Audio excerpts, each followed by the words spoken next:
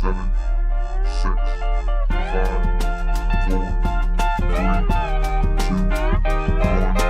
Begin transmission.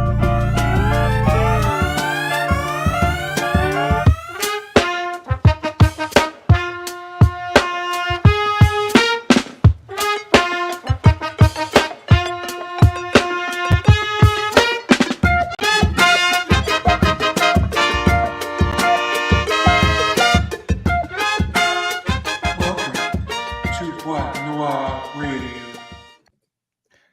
Yellow, everybody. Thank you so much for joining us another time for another great show. I am your host, Alistair, and I am co-hosted by the wonderful... Beefy, your favorite shit-talking squirrel friend. Yes, and today we have a guest named Brad. Yep. Hi, Brad. Hi, how are you guys? Brad. Welcome, Now- man. Listen, if you are just joining us for the very first time, I want you to understand one thing. This is a place where we talk about anything and everything, and you have to keep an open mind. Otherwise, Beefy, what happens? Oh, I got a new microphone I can do. It's good. Get the fuck. It's like ASMR. Get the I didn't hear you anything, Beefy. Oh, got it. Did you really not hear it? Oh, are you serious? No, because you're being very sexy with that new microphone. No, say it.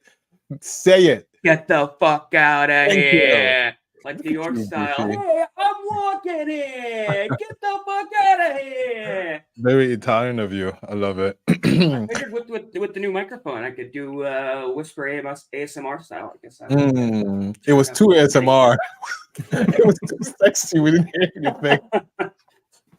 There's a certain level of ASMR where it can't even be heard. Those are like the ASMR rights. People that are really into it are like, oh my god, you can barely hear him. Yeah. Can I tell you a secret when it comes to ASMR? Sure. Okay. Brad, please don't judge me. Sometimes I put it on to go to sleep. That's I guess the question, So, like, honestly, sometimes it's like, wow, this is really soothing. what is it, like people eating chips, or is it like somebody scratching Velcro? I mean, It's that. It's just like they pick a specific setting on the microphone and they just do nonsense. Like it could be like, "Hello, Brad. Hello, Brad. yeah. Hello, Brad." But there's a science behind that. And listen, the science works because sometimes when I really can't sleep, I'm like, okay, let's just put something stupid, and it works. I'm like, Yeah, apparently some people get like little prickly sensation in the back of their neck when they I haven't experienced that. But it just makes me fall asleep. Maybe it's so boring I fall asleep. we got our Anyway. regulars in the house. Jonesy's here. We got Charlotte over in France. Oh, Charlotte Etienne. Listen, I must do this. Do you want to know why? Because it's the 31st very soon. And Beefy, on the 31st, what happens? Oh, that's right. Yeah, you can't get any That's more right. Boîte Noir stickers. You better get Really online and order first. them. You got what, 5 Exactly. days, something like that? Exactly. Now look, you see that squirrel there in the middle? Sexy, right? Now look, there's another squirrel and a black man right there, a little on top. That's Alistair and Beefy. That is our seasonal sticker for Halloween. Halloween is coming 31st. You have until the 31st to get it, otherwise, and then it disappears. So go and get you some. It's only $6, right, Beefy? Link in description. Right, link in description. It's $7, $6.99 plus shipping. So Yeah, location plus dependent, shipping. but yeah, they're cheap. Yeah, welcome to Alistair and America. Alistair got his. I got mine. High quality, very nice. They're very cool. Same All right. size as a trading card. You can put it into a little case and save it, and then come to the Boîte Noir meetups, and we'll sign it for you. It'll So quadruple in value. It'll go Yeah. up from $1 to $2. I have this special board here. Now, listen, the board is very special. I'll tell you why. It looks like a sample board, but it's not. It's stained by me. I sand it so it's nice and smooth. And originally, You're very proud of your plank. You remind me of the kid from Ed, Ed and Eddie. What was the kid's name who had the little plank of wood with the face on it? Oh, Well, shucks. of course, Beefy, because I've worked hard for that. Yes, you know how hard it is to stain this? First of all, I choked because the smell was absolutely horrendous.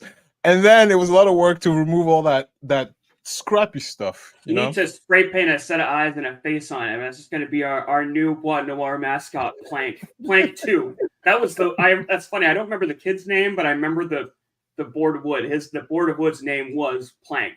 So that's our Plank friend for our other seasonal stickers we're gonna release soon. TBD. To be. What do you think? What do you think about our sticker, Brad? Pretty dope, right? Honestly, it's better than any of the stickers I've made. Good answer, Brad. Do you have stickers on your website? To be honest with you, I don't remember anymore. No. Do you have the merch shelf? Oh, are you monetized yet? I don't mean to pry. No, you're good. Yeah, no, getting there slowly but surely. But you do have merch? Yeah, we got some merch on our Teespring? website. It's more or less just teaching implements because cool. you can buy, replica skulls, but they are expensive as all hell. Mm-hmm. And, I have a 3D printer, print them off, cost next to nothing to print it off. And I'm trying to make it to where people can actually interact with this stuff without paying a fortune. So well, that's a good segue. So we typically have like law tubers or true crime fanatics on this show because it's primarily a true crime show. But this week for the Halloween special, as you all know, you can see in the title, you clicked on the video, we're covering Vlad the Impaler. And Brad's YouTube channel, he covers like history stuff. I didn't do a deep dive on your channel, but that's primarily the focus of your YouTube channel, Brad's Labs, right? Yep. I take history and archaeology, and I make videos that I call History for ADHD. It's quick, it's engaging, and I try to avoid it sounding like a lecture. I did notice your shorts had got a lot more views than like the longer form videos seem to be where your focus was. The shorts do really well. Yeah. Your shorts are amazing. And the concept of doing it for HGHD is genius. Very cool. Yeah, genius. I love it. Yeah, well, we will no, you're good. We'll do a deeper dive on your YouTube channel a little later in their show, but we have a massive story to tell here, fellas, and I have done lots of prep. I'm really excited for this. It's a Halloween special. It's about to get spoopy up in here. We're going to talk about lots of death. Are you guys ready? I'm always so ready. Yeah. All right, let's do it, boys. I like how nobody noticed that. All right, fine, whatever. Oh! I was thinking to set up like this. This is kind of cool, right? I like this setup. Anyways. By the way, go ahead. Before you start, why the star? Oh, actually, I didn't look into the significance of this little hat. Okay. All right, continue. That's accurate to what his hat looked like. Like this is what in every picture you could find of Vlad the Impaler, he has the little star and the feathers. Maybe Brad can answer that. Do you know? To be honest with you, I have no idea. Look at that. Only Alice will ask silly questions. Okay, let's go. That's his infamous hat, though. And in every depiction I could find of this guy, he's wearing that same little Santa hat with the star on it. So the significance of it, a part of the case of, I keep wanting to say case file of his history pages were left out. But regardless, Vlad Dracula III was born into the House of the Dragon in 1428 in a southeastern European principality known as Wallachia, located in what is present day referred to as Romania, between the Danube and the Transylvanian Alps. Son of Vlad Dracula II, Vlad III was also known as Vlad Dracula, with Dracul meaning dragon and Dracula meaning dragon son or dragonborn. So we have House of Dragon, Dracul, and Vlad Dracula. He was what Bram Stoker based the character of Dracula on in his novel of the same name. And he and Dracula would share actually many characteristics. Both were known in writings to have drank blood. In fact, according to neighboring territory writings, he'd dip his bread in the blood of the enemies. And Brad, you could probably speak more to this, but a disease or something, you would cry blood. I saw a short on your channel about this.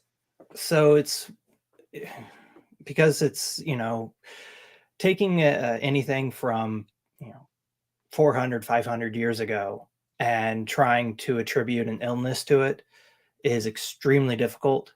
But Yeah, what they fair. did was they took samples off of letters that Vlad written, and they believe that he suffered from ciliopathy, which was He was very silly. Terrible joke. I'm so sorry. it causes your cells don't form correctly, especially in your organs. And the other one, I can't remember what the crying blood one is, but the enzymes that came off of the letters showed signs of that. So it's possible that he also cried blood. John Booba says, I imagine the bread tasted negative. Nice little play on words. Dang, everybody's out today. What a turnout. Booba's in the house. We got Charlotte. Says that was his LinkedIn picture, or she's talking about this one. Yeah, it's his LinkedIn picture. Teresa, everybody's out here. Okay, very cool. Got a lot. We got a big story to tell y'all today, and we shall dive in further to the exploits of Vlad the Impaler and this whole dipping in blood, crying blood thing. We shall examine that a little bit further. Okay, so that's actually how I found Brad, was the whole crying blood thing. Initially, I was like looking up, doing research, and his video came up. So thank you again for coming on today, man. It's going to be a cool episode. Yeah. All right, both their wives would be murdered by an Ottoman. Oh yeah, so both Dracula and Vlad, both of their wives, according to legend, would be murdered by an arrow by the Ottoman Empire, believed to have carried a misleading message that Vlad had been slain. Although the real Miss Vlad Dracula was actually believed to have jumped off the castle walls when learning of her husband's death. In the story of Dracula, the arrow actually hits Dracula's wife. I forget her name, not Mina, but his wife before he falls in love with Mina was killed by an arrow from the Ottoman Empire. So whether indirectly or directly, the Ottomans were responsible for their wives' deaths. Both also rose to infamy during their murderous exploits, and both would be considered by Romania as national heroes. However, outside of Romania, the real Vlad Dracula was a power-hungry, bloodthirsty madman who launched a tirade throughout several countries of southern Eastern Europe in the 1400s. In reality, the fictional Dracula would likely cower in fear of the man of which he holds his namesake. Even in the more grisly depictions, Dracula was responsible for a handful of deaths, but Vlad killed some 80,000 Turks during during his conquest of the Ottoman Empire. He was brutal. Mm-hmm. Many of which, as you may have already put together, consisted of him shoving a pipe up his victims' asses. And he loved it. Yeah, unless you are a woman, then you got a red hot spike up the JJ. Yeah, he loved it. He was like, "Oh, is it time yet?" Yeah, they would even take their kids and make little human shish kebabs out of them. This man. We're gonna get into that, yeah, for sure. Both even owned a castle in Transylvania, which Bram Stoker uses inspiration in his novel of the same name. That castle actually still stands today in present-day Transylvania in what can only be described as a spooky Disneyland of sorts, with the castle bringing in hundreds of thousands of tourists a year. The city of Bram in the Transylvania region of Romania is littered with Dracula-themed gift shops, horror wax museum, guided tours. Actually, I have a quick little video from, I think it's ABC News, where they kind of show what modern day Romania looks like and the castle that was of Vlad's namesake from the novel here. I'm going to just bring this up. As you pull the video up, I have a question for you boys. Yes, sir. Would you, if you had the opportunity to get the castle, buy the castle, live in the castle, would you do it today? Oh, would I live in the Dracula castle? Yeah, knowing what we know. Would you? Yes. You would? Yeah. Really? Hell yes.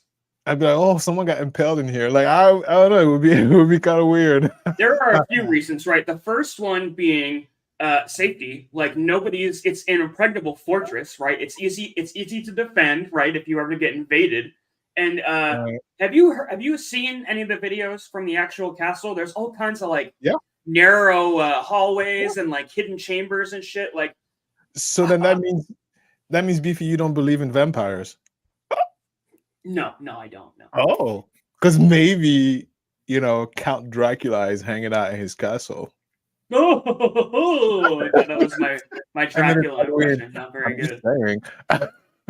Sadie says it would definitely be interesting. Oh, Teresa says it's been interesting of watching this kind of stuff to celebrate Halloween too. I hadn't heard of some of what you were saying yet until the shish kebab. All right, let's check out Vlad's castle in the real Transylvania.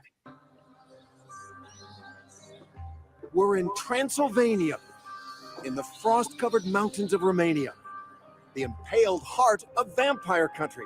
To find the region's most famous resident, the myth, the legend, I am Dracula. Count Dracula. Immortalized in film and culture throughout the last century, from the iconic 1931 Dracula, starring Bela Lugosi, and that unforgettable voice. Listen to them. So they're showing the Bela Lugosi version, but this movie actually was not based on Bram Stoker's Dracula. The two stories are not the same. Children of the night. Listen to their music. Okay, Dude. so mine isn't very good. There are perhaps only a handful of characters throughout history known as well as the... Do you guys like the vampire, like the Dracula movie? I like the Christopher Lee one and Francis Ford Coppola. He has a really good Bram Stoker's Dracula. Yeah, I love all the Dracula movies. I mean, I take that back. I like vampire-like movies. I don't like Twilight. For example, I like the new one, Enter You, Vampire. Wait. Hold, back up. What's wrong with Twilight? I just find it too cheesy to me. Like Look it's at Brad just scratching his neck. He's like, I don't know. Okay, let me clarify. No, the first Twilight is a pretty solid film. The rest of them do get pretty cheesy. Yeah. I don't like neither.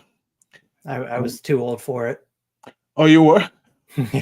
Brad, I'm 38 years old. We're in the same age group. What are you talking about? Yeah, I was Dude, gonna say. I just gave you an 34. out. Oh, okay. Oh, oops. Yeah, of course, Brad. Mm-hmm. The creepy Count, appearing in over 200 films. Dracula is the most portrayed character in cinema. There have been more Draculas than been any other character. And inspiring Blade is a generations good of would-be vampires. Give my regards to Frost. Whether you get into the Blade character with Blade was badass, man. Like Blade was great. That put Wesley Snipes on the map. Yeah, except he didn't pay his taxes. But yeah. Yeah. That movie doesn't get enough credit. That really revitalized the whole superhero film. Like that was the first before X-Men, at least, was the first That's superhero right. movie to actually be profitable, because all the outings before that were like disasters. I mean, the Batman franchise at that point in time was in the tanks with Batman and Robin and all that. So we really owe the success of the MCU to those Blade films. Mm-hmm. Moving on. Wesley Snipes or Robert Pattinson in the Twilight Vampires. They all are measured against that original idea of Dracula. You know that I am called the Count. He's been a caricature for everything from Sesame Street to kids' breakfast cereals. Oh, I'm sorry. I'm missing comments here. I got yelled at last time. So Jonesy's saying Vampire Diaries are better than Twilight. Oh, yeah. Okay. Fright Night. The 80s one, though, not the remake. Fright Night is a great vampire movie. She likes my favorite is the cartoon. Which cartoon? She's from France. It's probably getting lost in. She probably only knows one, because there's a bunch of vampire cartoons. Yeah, there's a bunch. But I was too sober to enjoy it. Yeah, fair enough. With the glittery skin, Sadie loves. Blade, yeah. Loves Blade. Yeah. Mm-hmm. Okay. Oh, yeah. The kids love. Dusk Till Dawn. That's a really good vampire movie. Oh, right. Yeah. Oh, yeah. That was really good. Yes. Oh, the chick with the snake on her shoulders doing the strip tease. Oh, that's such a good one. Good call. That's probably my favorite vampire movie, actually. How about the Underworld series? Oh, what is it? Underworld series. Yeah. Those are I don't good. know if I don't know. If Now I've seen that is what Twilight should have been, or tried to Yeah. be. So Charlotte's saying Transylvania the cartoon with Dracula's daughter. I don't think I know that one. Oh yes, yeah. I know I know what it is. Yeah, it's This not must be bad. a French thing. Well, Van Helsing, that's a good one too. Yeah, that movie's really cool. Penny I like Dreadful. Their portrayal of Frankenstein was good in Van Helsing. Yeah. All right. Count Chocula cereal. I think outside of somebody like a character like Santa Claus, you'd be hard pressed to see one that's been as commercially and regularly exploited as Dracula. Which is why we've come here to this castle, high on a cliff in the middle of the Carpathian Mountains. All right, let's go up. We have 4 floors and 57 rooms. Yeah, I didn't realize till seeing this clip that is just like the Transylvanian accent. Like I thought that Dracula was kind of playing that up. You can hear him. We have 12 floors and 13 rooms. It's just like that's just how Romanians talk. It's not like a Dracula thing. He just had a Romanian accent. I thought that was That's kind of really cool. funny. That they're all out there talking like Like, vampires. they're all It's like Dracula. yeah, it's like they're just everyday occurrence. It's like people go to the store and they're like, the milk is very expensive today. That will be $2.57. Would you like to donate to the Cancer Association?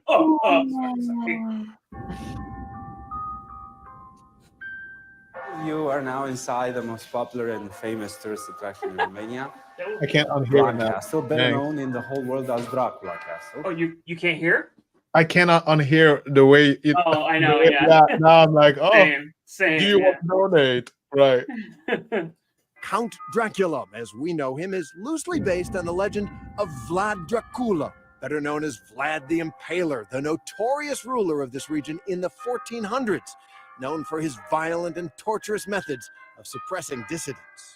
When it comes to Dracula, he was a I'm so sorry to keep stopping, but so I guess Charlotte's talking about Hotel Transylvania, like the Adam Sandler CGI. Yeah. Is that what you're referring to? Is that what you were talking about, Ulster? No. Is there a cartoon in France about Dracula? No. Yeah, there is. Hotel Transylvania. I think that's an actual American movie, isn't it? Yeah, Hotel I Transylvania is a CGI movie starring Adam Sandler, but Charlotte's saying I think there's an actual cartoon in France about Dracula's daughter. I'll have to look that up. was a real person, a real historical character, and this castle was a castle which was built and used by the local kings as a military castle, including Dracula family.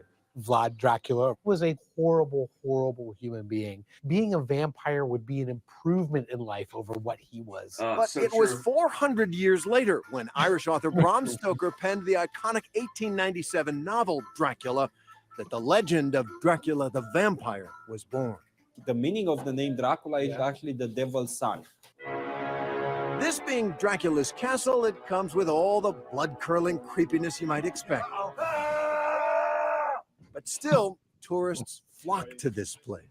Last year, we had 1 million tourists. In some ways, Dracula This is crazy. Transylvania's main export. I think you'd have to go like on the level of a Star Wars to look at how big Dracula would be as a total brand. It's probably worth in the billions. Some companies even offer Dracula-themed tours for around $1,400 a person. At the base of the castle is the town of Bran, population around 5,100, but it's become known around the world as Dracula City. Am I crazy that I really want to fucking go?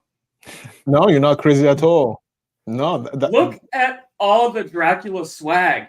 I want like Dracula stuffed animals and like little T-shirts for the kids. And oh god, this looks awesome. Yeah. Although Halloween time. Yeah, Halloween time. They Although got it would be Dracula like a one-time meme shirts and everything, man. I would have a blast. Oh, okay. So this is interesting.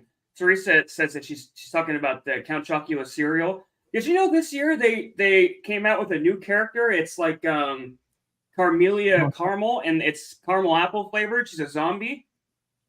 Yummy. I heard of that. For the first time in like 50 years, they came out with a new Count Choc, because there's Frankenberry, which is like probably my favorite, and then Blueberry is the blueberry, and now they have a caramel apple flavor. just sounds Yummy. kind of gross to me. I mean, I don't know. When I told Alicia about it, she said that like, well, Apple Jacks are good. So I guess if that's like that, but even Apple Jacks really aren't apple flavored. Like that's the whole thing about Apple Jacks. It's like they don't really taste like apples. No, it's just the sugar. Your brain loves I it. thought, yeah, fair enough. Yeah, I can't eat that crap. Anyways, I thought that was interesting. Everywhere you look, there's Dracula, Dracula mugs, Dracula wine. They say it's Wine. Merlot. I'm saying it's blood. Oh, okay. Dracula Yeah, okay. shirts. BVF, best vampire friend. Areas like that are like a Disneyland for Dracula. Love it. This looks awesome.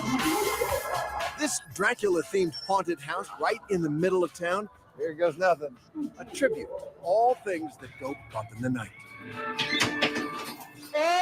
Whoa! I love a good haunted house. Janice Solinsky is the owner of this ghoulish tourist attraction. All right, we get the idea. Have you guys hit a haunt this year or the haunted house yet? You got to do it for Halloween, right? I've done it one time. Last pre-COVID. Let's just say that. Yeah, Oh I'll wow, say. so it's been a while for you. Yeah, you It's got a been a newborn while. at home, Brad. So Yeah, It is, no, it is nice. Haunted houses are nice. It's funny. don't. If you go there as a grown up, a little tipsy, you twirl a little bit. Whoa! Look at you, scary me. Like it's nice. that does sound fun. Yeah, drunken haunted house. I Yeah. don't worry about how I behave getting scared. Like I get like too scared by somebody and start throwing fists. You know what I mean? Like what the fuck? Anyway. Well, love it. Oh, dang. Bubba's saying, yeah, Castlevania. Actually, I did watch a playthrough of the old school because I wasn't sure if there was like going to be some lore that was. Anyway, it turned out not a lot of that Castlevania game has a lot of like historical references. It's No. in fact, if anything, Oh, it takes no. some pretty like serious leeway with that story, but great Yeah. game. The Great game. Castlevania anime on Netflix is actually more accurate than the games are. Anyways, there you go. Love it. As you heard, Dracula Mhm. is a $1 billion brand that is in fact based on the real person, Vlad the Impaler. Boasting over 200 more movies, the legacy of the man has not only conquered the silver screen, but also many books, TV shows, video games, you name it. And every Halloween, his face is plastered all over candy and cups and decorations. His likeness is truly only comparable to, as we just heard, Santa Claus is really the only, like, based on a real person we can think of that is as big a brand as Dracula. He's based on the real Saint Nick. And, I love a good vampire movie. Like we said, Blade's a good one. We threw out all these. Daybreakers is another one that's good. Fright Night, all the ones we said. Daybreakers. It's Halloween season. I know I love watching a good scary movie in October. It's the best spooky season. You get the blankets, some Halloween candy. So with that, we're going to take a little break in our story, and we're going to play everybody's new favorite segment. No, that's this one. Sorry. Favorite 5. Oh, wait. Sorry.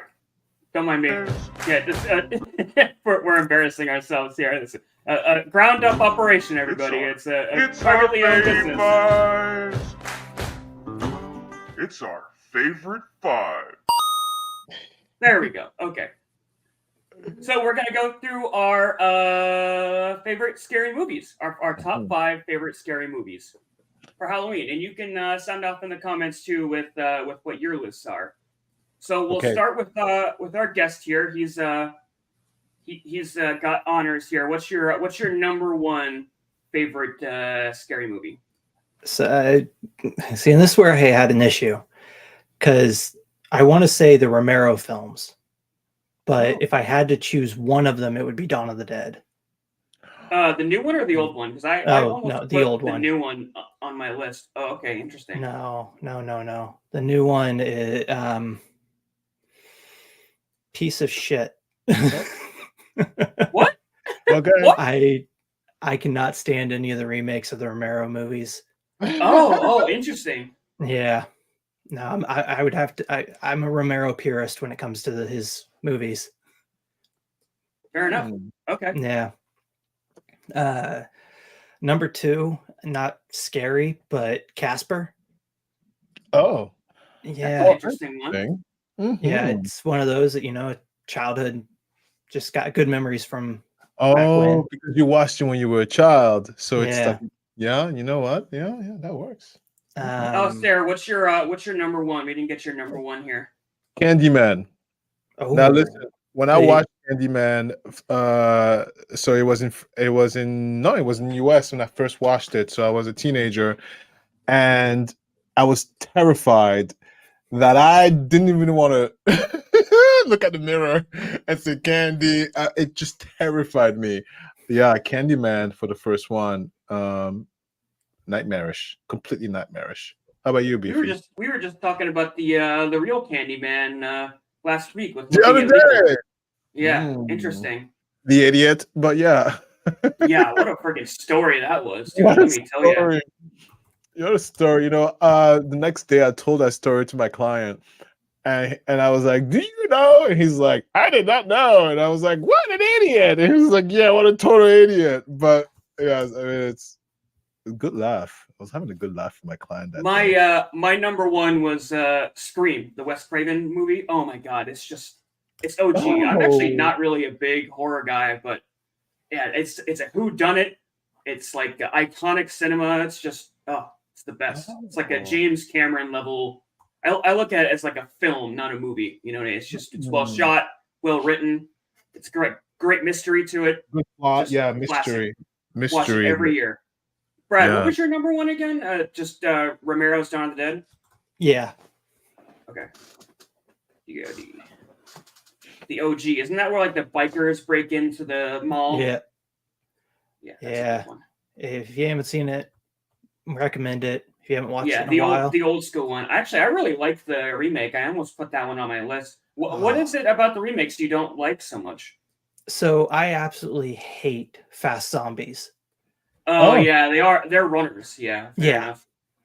Wait, why? Is it because they're not like anatomically correct? Because like the science of zombies kind of doesn't make sense on it. Like a dead person's muscles over years, they wouldn't be able to hold up a person. Yeah.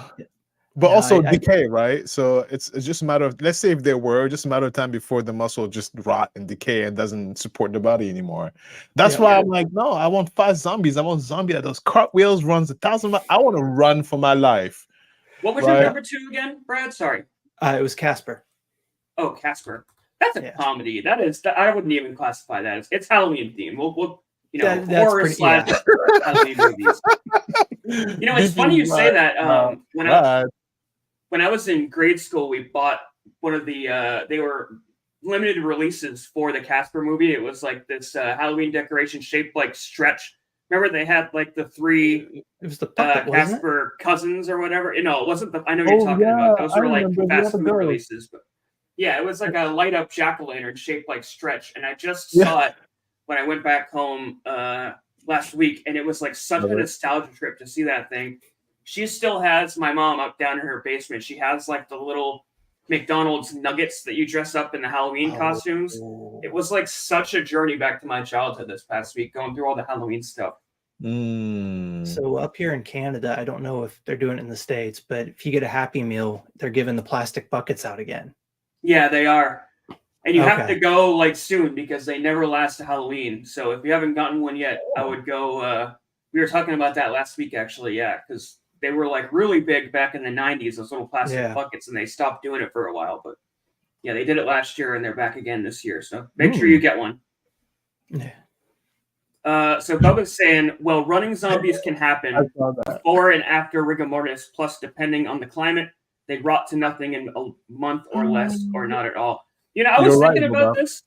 You always see the scene of zombies coming up from the grave, but they like when they get bodies ready to dig, they like sew the mouth shut and they like take out the eyes and stuff. Like the process for getting a body ready for burial, those zombies wouldn't be able to move. They like break all the bone. I mean, I guess if they're not alive anyway, but regardless, they wouldn't be able to bite anybody because their mouth would be sewn shut. Yep. Well, I mean, we're talking about a fictional, but still, it's just, I thought it was interesting. Okay, Alistair, what's number two? Okay, speaking of zombies really fast, 28 days later, listen to me. Good choice. Listen to me. When I watched that, I was like, oh my God, I would die. I would be dead. There's no way I Yeah. would survive that. I was like, That movie no. scared the crap out of me Yes. as a kid. Because those zombies aren't just They're fast; they're fast. like superhuman Super strong. fast. Yeah. Yep. You have no chance. Like you might as well just be like, okay, Brad, like, run, Mickey, run. Like, it would be That was the first zombie movie to have like sprinting zombies. Like Yes! Dawn of the Dead, they kind of Yeah. run, but that That's really right. scared the They crap out of me sprinted. when They I didn't was a run. kid. It was like, Good point. They sprinted. Oh my god! And you could see like the humans trying to outrun it, and they were like, "Oh, I'm tired. It's hard to be a human." so I have this on my list, but like the Oh, you old school do? Resident Evil games from the not 28 Days Later. I was about to say, when I first got exposed to zombies, the idea that they were slow somehow made them scarier. Like just in their numbers, it's like this constant moving threat that just like it almost lets you relax because they're moving so slow. Oh, But when I first got exposed to 28 Days Later and saw the fast zombie, it was like my little child brain melted and got like so fucking scared. It was like, oh, what I thought was already scaring the pants off of me has just been brought up to this new. Oh, I remember it freaked me out so You know, bad. to add here, I'm sure you guys know The Walking Dead. Yeah. And one of the big critics about The Walking Dead that pretty much made their demise was that the zombies no longer were a threat. The humans were more of a threat than the zombies. And it was like, well, this is a zombie show. What's going on? And there was one scene in one of the critics, the zombies were so slow that the two humans were having like an argument. The zombies were around there and they were like, no, you do it. No, you do that. The zombies was like, whoa. And they're like, no, fuck you. No, fuck you. It was like, whoa. And then the zombies were not even a threat that they were like eating a sandwich in front of a zombie. And it's like, oh, look at that. That's because they're the slow walking zombies. They're not like the fast ones. Yeah. Zombie, it's okay. Finish your meal. Beefy, how about you? What's your number 3? Number 2. Oh, hang on, we got some comments here. The Strangers, yeah, that's a good one. That's like a newer movie. Yeah. The Running Zombies can. Oh, we already said that one. Yeah. Beefy. Yeah. Did you know that The Nightmare on Elm Street was loosely based on a true story? That movie No scared me. way. Really? Oh my yeah, God. I think I heard this. Yeah, that he was like you can't say it on YouTube, but like a child guy, and they burnt, and the town got together and burned him alive. I have heard that. That's fucking horrifying. Oh yeah, dude, it fucked me up too. Actually, the town that it takes place in, it's Derry, Maine. It's based off of Derry, New Hampshire, which is where I'm from. You know, that's also based on a real story, real life situation. It's sick. This is why I would never hire. Are you being serious right now? No, I'm being serious. The person who would attract the kids to the neighborhood. So what he would do, he had a day job, which is be a clown.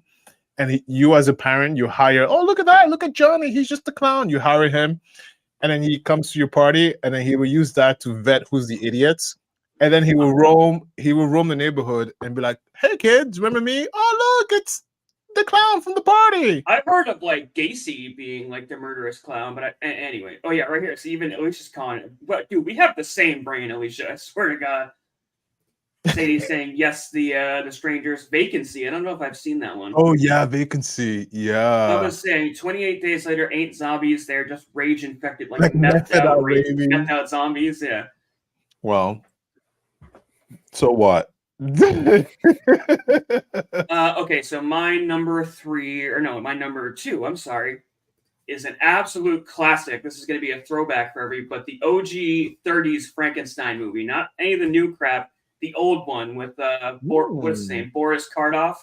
Oh, it's so good. I watch it every year. It's iconic. Just the way they put the makeup together and the imagery. I don't know why it affected me so much, but I fucking love that movie. It's just a great film too. Are you a film buff? Do you enjoy like cinematography? Yes. Oh yeah. I was I can totally tell. Actually, when I was in high school, I was going to go to college initially for special makeup effects because I was like a really big film buff. Yeah. Yeah. Wow. Okay, Alistair, number 3. Okay, so Black Summer. Isn't that a Netflix series? That's a good one. Netflix Man. series, and Yeah, I'll count it. yeah. Have you seen it? Yeah, it's really good. So it's again zombies, but this time, Boba, they're real zombies, and Yeah. they Well, still they run. sprint. They run too. No, not they sprint. And in one of the scene in the movie, which is so like it became comical because one of the guy, and he's not particularly like fit or anything. As a matter of fact, he was like, forget working out. Honey, he out sprinted those zombies. You understand? Like I was like, oh, you just put a little motivation. That guy ran them I out. don't know if I remember that. You're talking about the like the Hispanic guy that Yeah, the guy with the frizzy hair, he outran them all. yeah. He was like, but That's honey, a really he's good show though. If you like zombies, I would definitely check out Black Summer. I was Black Summer. That scene, it was the best scene ever because we all thought, oh no, he's dead. No, he survived. He outran 3 of them. He was like, oh, F that. Forget the gym. I'll show you what I made I up. was Like it surprised was great. because I'm really big on the zombie stuff, and I had never heard of that. It'd been on Netflix for a while, but I think there's Black like what, Summer? 2 seasons of it. Watch Yeah, it. Amazing. really good. Amazing. Brad, number 3. So in the theme with vampires, I Am Legend, the Will Smith movie. Yeah. Are they Yeah. vampires? They're zombies. Yeah. No, so the book it's based on, they're actually vampires. Oh, interesting. Yeah. Oh, that makes sense. don't know if Because they never got out during the day. Yep. Oh, vampires. Hmm. I don't know That's if why I can UV light sanction hurts them. that choice because the whole dog scene kills me every time, man. Oh, it's so awful. Yeah, Sam is this dog's name, I believe. Yeah, really Yeah. sad. That it gets me every time I see it. Yeah, the short story it's based on. Highly recommend reading the short story. It's a little more screwed up than the movie is. Cool. I'll have to check that out. Mhm. My number 3 actually isn't a good movie at all. In fact, it's a terrible movie, but it was the first movie I ever snuck into because I was 17. It's the first Resident Evil movie. And like I said, I got obsessed with those games as a kid. When I was like 10 years old, my older brother played it, and I was way too young to be seeing that. And those fucking Resident Evil games, they kept me up at night for fucking years. I was terrified of zombies as a kid because of Resident Evil. So when the movie came out, I wasn't big on like getting in trouble a lot, even though I know we talked about like me throwing up people's shoes during trick or treating, but it was a big thing for me to sneak into a theater. It really wasn't that much of a troublemaker. So good memories tied with that movie. Terrible movie, but I love watching it and reminiscing. All right. Alistair, number 4. The Conjuring. Oh, Good one. Very scary. Man, that suspense. Love it. I remember I watched it at a movie theater with Christopher. And look, my spouse is unfazed by nothing. Okay. The world can collapse. He's like, it's okay. We'll just. That's we'll with just go downstairs." the family in the house, and there's Yeah. like the old couple that like puts the ghosts away or whatever. I forget what they're called. Yeah. And, I was on my chair just dying of suspense. And Chris is like, what's going on? I'm like, oh, be quiet. Like, it was It's very scary. All the Conjuring movies are freaky. It's tied into the same universe as The Nun and Insidious, right? Same universe. Yeah, same universe. The Nun, Insidious, same universe, same concept universe. Yeah. I just went and saw The Nun 2 on a date, actually, and they had like a end trailer scene where the couple shows up at the end. So the couple are going to go after the nun. Kind of cool. Spoilers. Sorry for anybody who hasn't seen it. Brad, number 4. So it's more campy. It's Sleepy Hollow, the Johnny Depp movie. Ooh, good choice. That's a good one. Isn't Sleepy Hollow an actual place? I don't honestly know. I mean, I think there actually is like a real Sleepy Hollow. Let I us wouldn't be know in the surprised. chat. Sorry. It's there. I'm pretty sure it's probably deserted. Who's going to go there after the movie? Oh, sorry. We're having all these comments I'm not answering to. Black Summer is a ripoff of The Walking Dead. If we talk Netflix, oh yeah, Stranger Things. That first season was pretty scary. Psycho, was. that's a good one. Mm-hmm. Tripping acid and playing Resident Evil. that. Yeah, those games are great. That's scary. Yeah. Paranormal Activity is a really good one. You know, they shot that movie for like 10 grand and it made millions. Oh, really? Mm-hmm. Oh, I'm jealous. Like the Blair Witch Project cost $5 to Teresa make. says, I like the older horror movies. Most remakes weren't as good. I've been binging the old Universal monster movies like Dracula and Frankenstein and all that. And I was surprised how good those movies are. Like even the old Dracula, you think that because they're all old-timey, they're going to be slow-paced. But, I mean, some of them are kind of bad. Like Invisible Man and Mummy are kind of lame. But like the core, like Creature of Black Lagoon, Frankenstein, Dracula, they're well-paced, like well-shot, good films. Mm-hmm. You can put them up with even today's movies. My number 4 is Silent Hill. I don't know, video game stuff for me. It's good. Wow. Really creative. I hadn't actually played the games when I saw Silent Hill, so I saw like the big guy with the knife and the ladies with the razors that like are all put together being silent. That freaked me out. Barbed wire chains everywhere. It was all fucked up. So did you play the game? I did. I ended up playing it later, but I didn't play the game before I went and saw Silent Hill in theaters. And it, like I said, just the imagery, the characters and stuff. It was so creative. It freaked me out. So it wasn't the plot itself that made it scary. It was just the imagery, because you know the whole like the mind fudge that Silent Hill. The plot was cool too, but yeah, it was mainly like just the creativity of the monsters in that movie was what got me on that. It's really cool. Oh wow, yeah, it is really cool. Alistair, number 5. Okay, so you put the same one up, which is the Resident Evil series when I first saw it, but I'll give you another one since we have it there. No, you can double up and have the same as me. Okay. So yeah, Resident Evil, but the first one, the very first one, because I watched it from playing the game, and I remember when I first bought the game, I was not allowed to buy the game because my mom was like, "That's the devil," but I bought the game anyway because I'm a rebel, and I played it. Did you play the original, like the one on the PS1? Correct. Yeah. And I played it at night because mom needed to be asleep. And I remember I was like, oh my god, scared as hell. And I know. So did it scare the shit out of you like it did me? Scared the shit out of me. And the first night I played it, because I didn't sleep, and I went to school and stuff, and I was talking to my friend Yakub, and I was like, "Did you play?" He's like, "Yeah, I played it." And we were both like, "I died so many times as zombies." They were just, And so when the movie came out, it was a nostalgic moment to go back and watch the first Resident Evil, because I was like, "Oh, look at that! It's just like the movie, it's like the game, kind of, sort of." But yeah. Mm-hmm. That's so funny. We've been doing this podcast for what, like almost 6 months now, and we're still discovering stuff we have in common. Yeah. Well, there's a lot more about me you don't know, Beefy.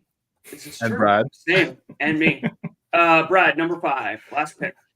So you mentioned it already, but Insidious. Oh! Yeah.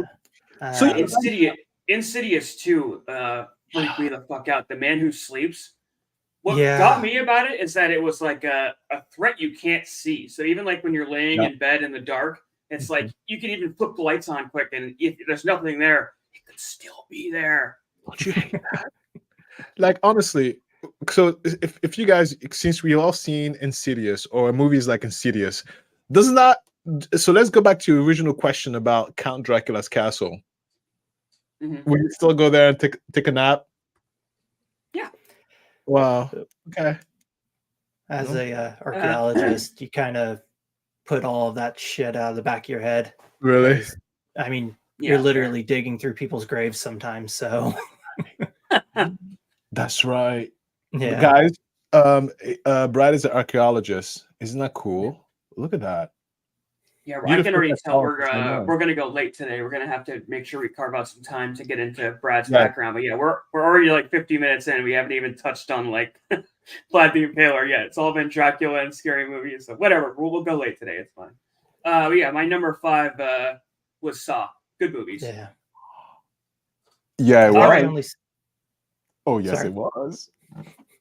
No, go ahead. What were you gonna say, Brad? Oh, I think I've only seen the third Saw movie. And then after that, I just stopped. You got bored of it? It just kind of started getting a little repetitive for me. Yeah. It is a And pretty formulaic movie, but like in Saw 3, where they have the guy chained down to the vat and they bring in like the rotting pig bodies and grind them up to juice, and he's gonna drown in pig. Oh, so gross. They got creative with those traps. I gotta give them credit. Yeah. yeah, And it's not even like you could just sit there and do nothing and wait until you die of old age. Like it's like, no, you got a timer. You either get out or you know, it's like, oh, I'm not doing anything. I'm just staying here. How horrendous. That guy was a psycho. All right, Anyway. we'll check out some of these comments and we'll get back to our tale. Hellraiser was awful, Charlotte says. Oh, I've got to watch the actual final Halloween. Oh, yeah, the new ones. They're really good. Sean Bean survived. The only movie Sean Bean has survived in. Yeah, that's right. Because he dies in Lord of the Rings and Game of Thrones. Two very iconic. When a scary video game. The Suffering. Oh, The Suffering. Oh. I have to check that out. I don't know. Booba, you play video game? Booba? Mm. Yeah, I didn't know Booba was a gamer. I didn't know Booba is the gamer. All right, Booba.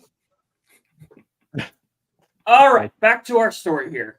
Back to very apropos that we're talking about these slasher flicks, because we shall now dive in to the gore as we explore the horrific exploits of one Vlad Dracula III, better known to history as Vlad the Impaler. And impale he shall. A metric fuck ton of impaling. In fact, he impales a disturbing amount of people. Like, prepare yourselves. Prepare to be disturbed by the sheer volume of people this man shoves spikes into. It's fucked. I think, you know, he really enjoyed it. He was the saddest, in my opinion. Yeah, that's actually part of this whole story, was that there was a sadist component of this, that he actually, like, loved it. There was a sexual component of him shoving spikes up places, orifices. Yeah. He was really gay. I don't know about that, but he definitely had a fascination for sticking things in holes, that's for sure. Anyways, Vlad's blood-curdling exploits are nothing more if convoluted. You know, he takes up multiple thrones, he's constantly switching sides, he never stays in one area for too long, he's constantly, like, getting chased out of one town, and then he's a prisoner here, he's a hostage. It's, for me to go through and try and explain his whole history to get to the slashy gore parts, we would need more than an hour. This podcast would be like 6 hours long. At least not to the level of detail and accuracy that you all have come accustomed to on Plot Noir Radio. So rather than forcing y'all to remember a bunch of 1400s names and locations and, you know, go from principality to principality, I'm going to give you kind of more of a brief summation of his history for how we get into the impaling and the war stuff, just to kind of set the scene. You know, we're going to hit more like the important beats, the spark notes. So to help us do that, we're going to rely on both audio and video formats, seeing as though we have the gift of YouTube, as we dive into everybody's favorite segment, A stick figure theater.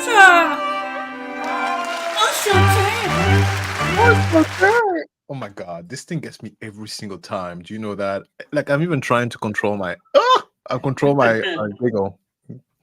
So here we have Vlad, and living in Wallachia with his dad and brother. There they are. He's in Wallachia. He was caught in the middle of an ongoing war going on between Hungary and the Ottoman Empire. In an effort to keep the war from breaking out between these two countries inside Wallachia, Vlad's father, Vlad II, would send his sons to go live with the Sultan in the Ottoman Empire as hostages. What an asshole. Just like he had done for his father before him, only for the Hungarian king, Sigismund. So this was like a kind of just a normal thing for people in Wallachia to send their sons to live with the whatever rival country's leader. It was almost like a way for them to keep one foot inside of Wallachia, which was very much trying to withhold peace between both countries. Wallachia would constantly be changing sides between Hungary and the Ottoman Empire. It was very much the job of the Voivode, or the Prince of Wallachia, to try and maintain peace between these huge warring parties inside of Wallachia. So they're kind of playing peacekeeper in the middle of these two rival factions. Mm-hmm. So more importantly, it's really a way of them to barter peace by sending off his kids to the Sultan. It's like the old saying, keep your friends close, keep your enemies closer.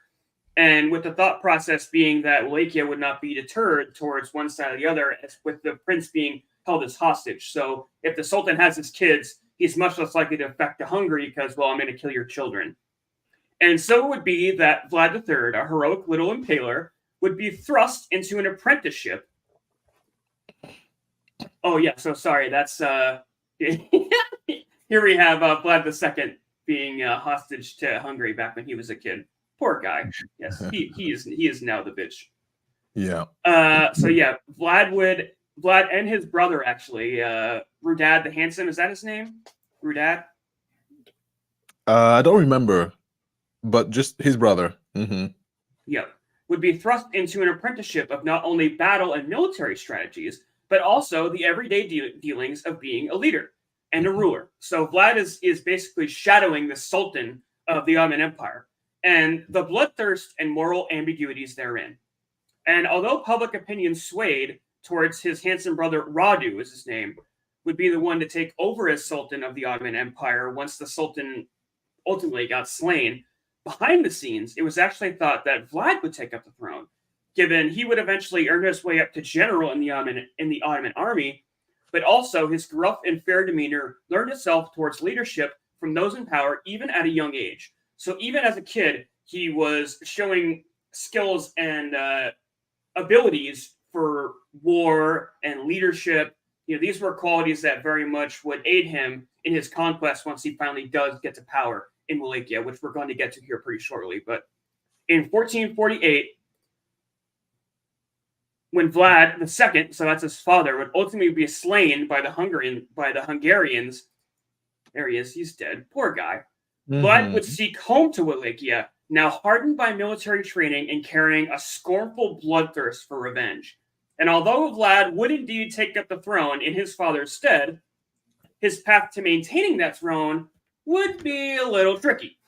Oh no, there goes his crown.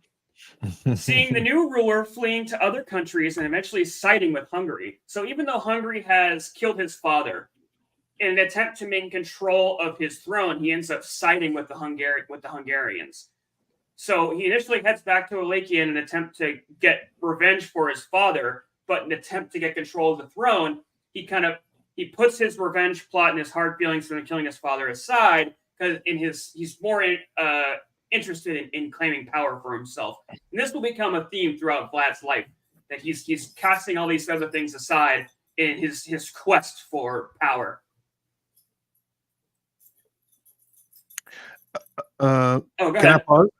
Yeah. Brad, because you know this, you know the history behind that, right? I don't remember. Was his father slain by the Ottoman Empire or by Hungary? So I have that it was slain by the Ottoman, him and his brother, or his older brother. It was slain by the Ottomans, right? Yeah. Okay. That's what I have in my notes, at least. Oh, I guess I made a mistake then. That wasn't the story that I under again. And a big part. Go ahead. I was going to say that's one of the issues with Vlad the Impaler is most of the stuff that is out there has been twisted and warped throughout. Twisted and warped. Yeah, so it's actually being able to pin down hard facts about Vlad the Impaler is extremely difficult. It's very difficult. Yeah. So don't beat yourself up. I was literally just about to say the same thing. Not only are some of the facts, you'll hear different things from different sources, but it's also a really long and convoluted tale. Like when I say I'm just hitting the bullet points, you guys are probably more familiar with the story than even I am from the sounds of it. I'm really just skimming the edges. You guys can probably attest to this. Like I'm just trying to hit the bullet points so we can get to the impaling. Set the stage for the brutal violence that's about to occur. Yeah. No, I just wanted to just double check because then I was like, because I was just bouncing off what my knowledge is like, maybe I got it wrong. So, continue. That was definitely a facet of the story that I remembered specifically, though, because he was a hostage for the Ottoman Empire, and he had to put aside his revenge plot to get back control of the throne by siding with the Hungarians, was the story that I was told. So if it was the Ottomans that killed his father, how would, well, whatever. Who knows? Like you said, it's all it's all all you up know to is that he was conjecture. a hustler. He knew how to Yeah. hustle. And honestly, we'll see this a little bit more. And again, I don't get to all the points here, but he's constantly flipping sides. Like it's Always. not just the narrative of Wallachia to play both sides against each other. Yeah. Vlad is in Smart. his quest to gain control of Wallachia and get to the throne. He's playing these two parties against each other. So he'll at one point lean to Hungary for whatever the situation calls for, and then he'll in an instant, flip sides just again in his quest for the throne. It's ridiculous. Trying to keep this all together was a chore unto itself. And so, now joined with the man who had slain his father, again, according to the versions that I read, Vlad III would ride into Wallachia, and according to legend, Vlad looked up and saw a fell star, Halley's comet, not Halley's, and this was thought of a sign of either impending doom or great conquest. Vlad would use this as motivation, as he and his troops would ultimately be victorious, slaying his cousin, the pretender or the false king in the process, cementing his place as Voivode. Vlad would print a 5-point star on his coin as he took up the throne as Prince of Wallachia, and his coins would then cement him in history that night, the comet that led him into victory.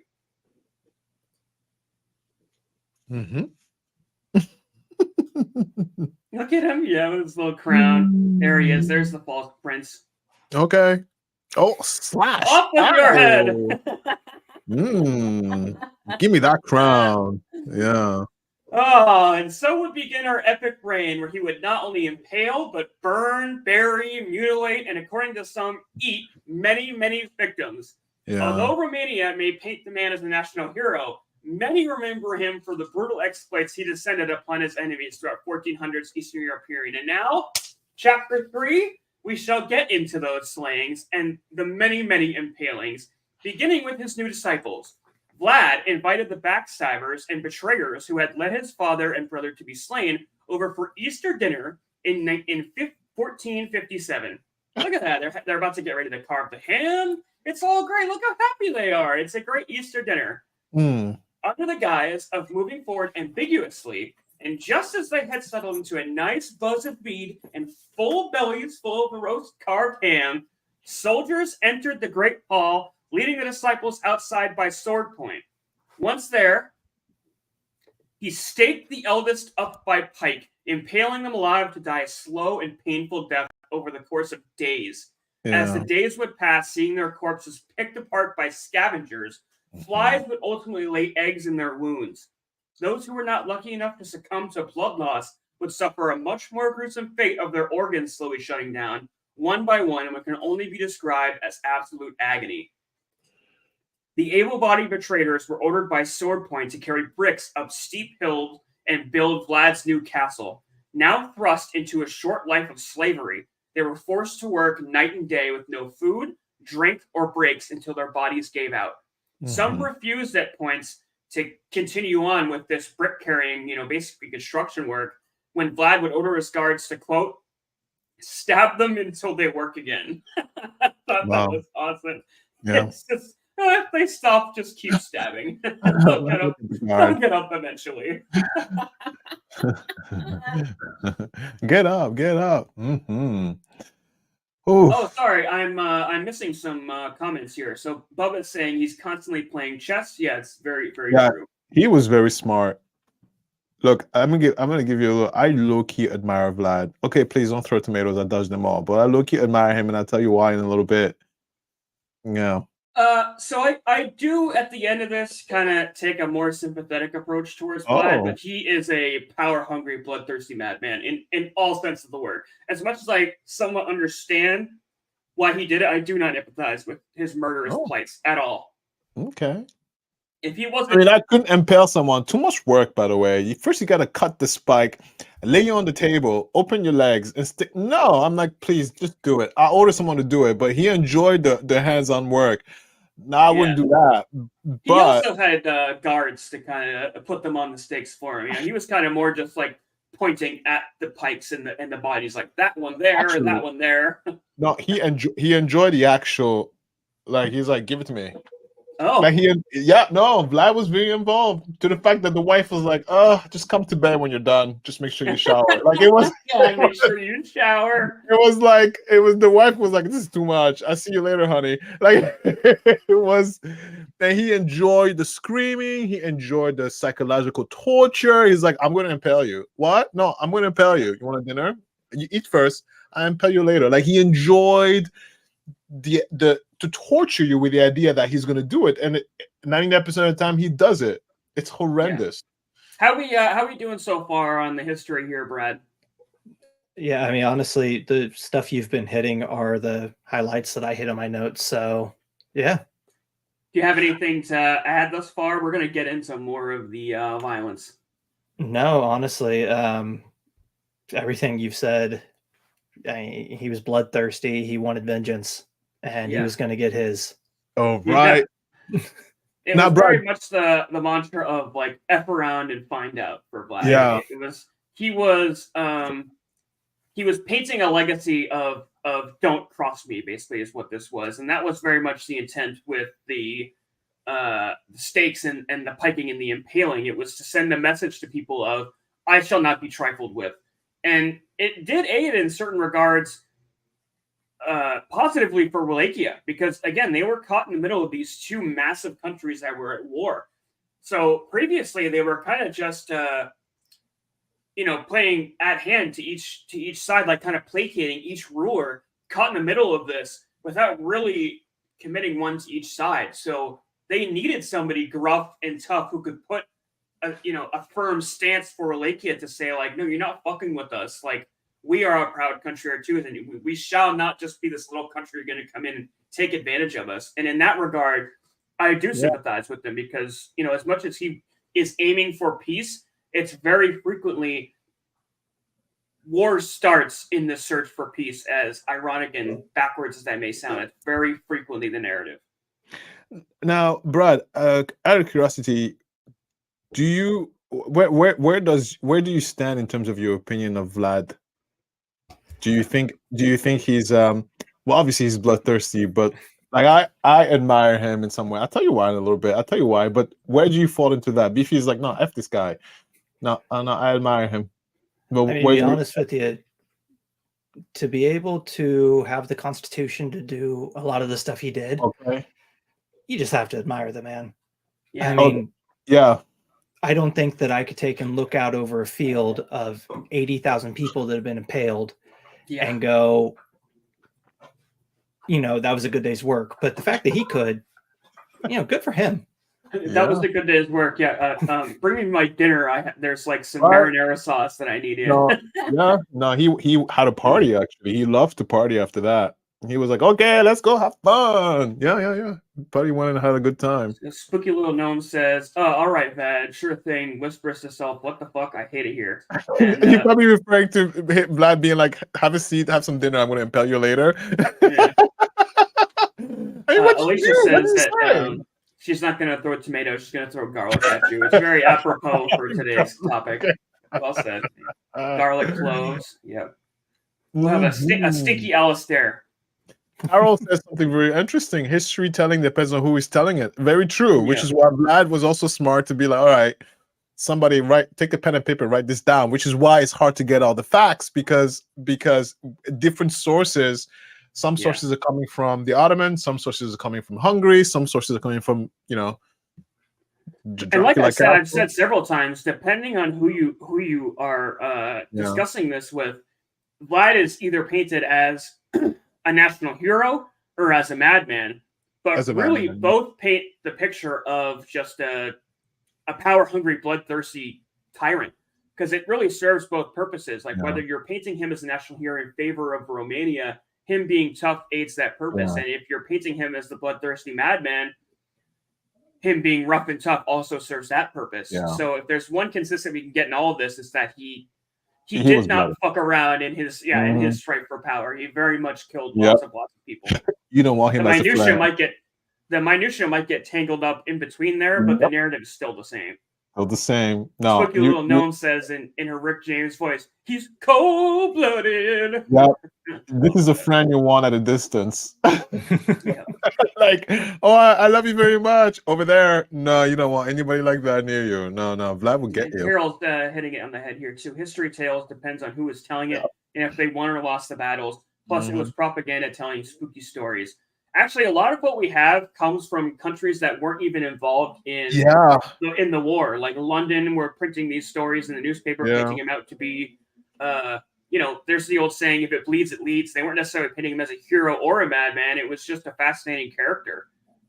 They knew they could sell newspapers by printing his exploits of, hey, there's this crazy guy that's piking up 8,000 people over in Transylvania. Isn't that nuts? Yeah. And also, that's back in the day, like, it's not like you could just have a machine, pull out these spikes. You have to, like, clear out a forest, trim the trees.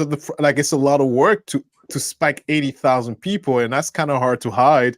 And then you leave them there to rot. So it's like, okay, maybe first week, all right, it's just a tail. And then a month later, wow, they're still there, So it's and then who takes down 80,000 spikes? Like, that's a lot of freaking work. That's hard to hide. It's actually kind of apropos that we're even split on our opinion of the man on our little panel here, because I remember even doing research for this. I was in the YouTube comments of some of these videos, and the infographic show had labeled Vlad the Impaler most evil man, and there were a couple of people in the comments that were like, I'm from Romania, how dare you paint him as an evil man? He was a hero. It was like, holy shit, this is real. Like, even today, they're still bickering about whether or not he was a great man or a tyrant. Yeah. Well, Bubba says, gotta admire the job security the steak makers had under. They always had work. Yeah. That's right. And the lumberjacks. There were probably a bunch of steak shops, you know. Like, what do you leave when you grow up? A lumberjack, for sure. Yeah. All right, we're already over an hour here. We got to keep going. Now, let's get to the impaling. Go. Yes. So Vlad instructed his guards to leave the bodies for months as a showing of what will happen to anyone who may cross him. Here we go. We're into the impalings. In April of 1459, Vlad and his legions attacked the Transylvanian city of Brasov. Before unleashing his fury upon them, Vlad snuck in disguise as a townsperson and scouted out the Sultan's tent. He then sent his troops in, burning buildings, pillaging, and of course, impaled all the survivors, including the women and children, on the hill by the chapel of St. Jacob. Yep. The children were staked on the same pike as their mothers. As they writhed and wiggled in agony, Vlad walked out into the town square and set up a dining table beneath them, according to legend, that is. There he had his late afternoon dinner brought out to him on a plate, and it is said he was seen dipping his bread in the blood of his victims as it rained down upon him. Yum. According to another tale, Vlad lived by a very basic code of ethics. He hated cheaters and he hated beggars. Philanderers were piked by a red-hot poker, penetrating them at the vagina. So for any of you who may have cheated on your significant others, you would not have liked to have lived in 1400s Eastern Transylvania, because you would have been, very uncomfortable. That doesn't look fun at all. A red-hot poker up the vajayjay. Oh my God. In what was referred to as the burning of the beggars, Vlad wandered through the streets of Wallachia, approaching those whom he saw begging for a large feast later on in the evening. Later on that night, at a banquet hall, the Great Hall in Vlad's capital of Targoviste was filled to the brim with the downtrodden, old, and lame, and as he lavished his unsuspecting guests with food and wine of plentiful, he then locked the doors from the outside and instructed his guards to set the building on fire. There they are, the old little beggars. And then, oh, what an asshole. It's got to be brutal, man. You think you'd have a nice dinner, and all of a sudden, hey, it's getting a little hot in here. Can we crack a window? Yeah. You guys might recognize this picture from the thumbnail. In 1462, Sultan Mehmed II travels some 60 miles towards Targoviste until they finally come upon a forest. As the Ottoman soldiers drew closer upon the trees, is when they began to hear the moans. It wasn't until the quote-unquote trees were within earshot that they were able to make out what was actually before them. It was what one contemporary historian called a field of stakes, and must have resembled a forest of impaled oddmen, men, women, and children. Babies were impaled with their mothers, and rotting corpses had birds nesting in their entrails. There were about 20,000 of these dead or dying victims of the impaler, covering an area 3 miles long and 1 mile wide. Larger than most forests in the deforested areas of Senegal, Mehmed was said to have been dumbstruck and his men terrified. Many of Mehmed's men ran away and deserted upon the site. One of the slaughtered souls was leading an Ottoman, Hamza Pasha, who had been impaled on a stake taller than anyone else's, owing to his high rank. Before being punctured on the pole, he had his arms and legs cut off. Typically, impalement involved either being skewered horizontally, front to back, or vertically through a bodily orifice and eventually sticking through the upper body or mouth. Often, the stake was rounded off at the end rather than pointy to avoid a quick death and making the torture as excruciating as possible.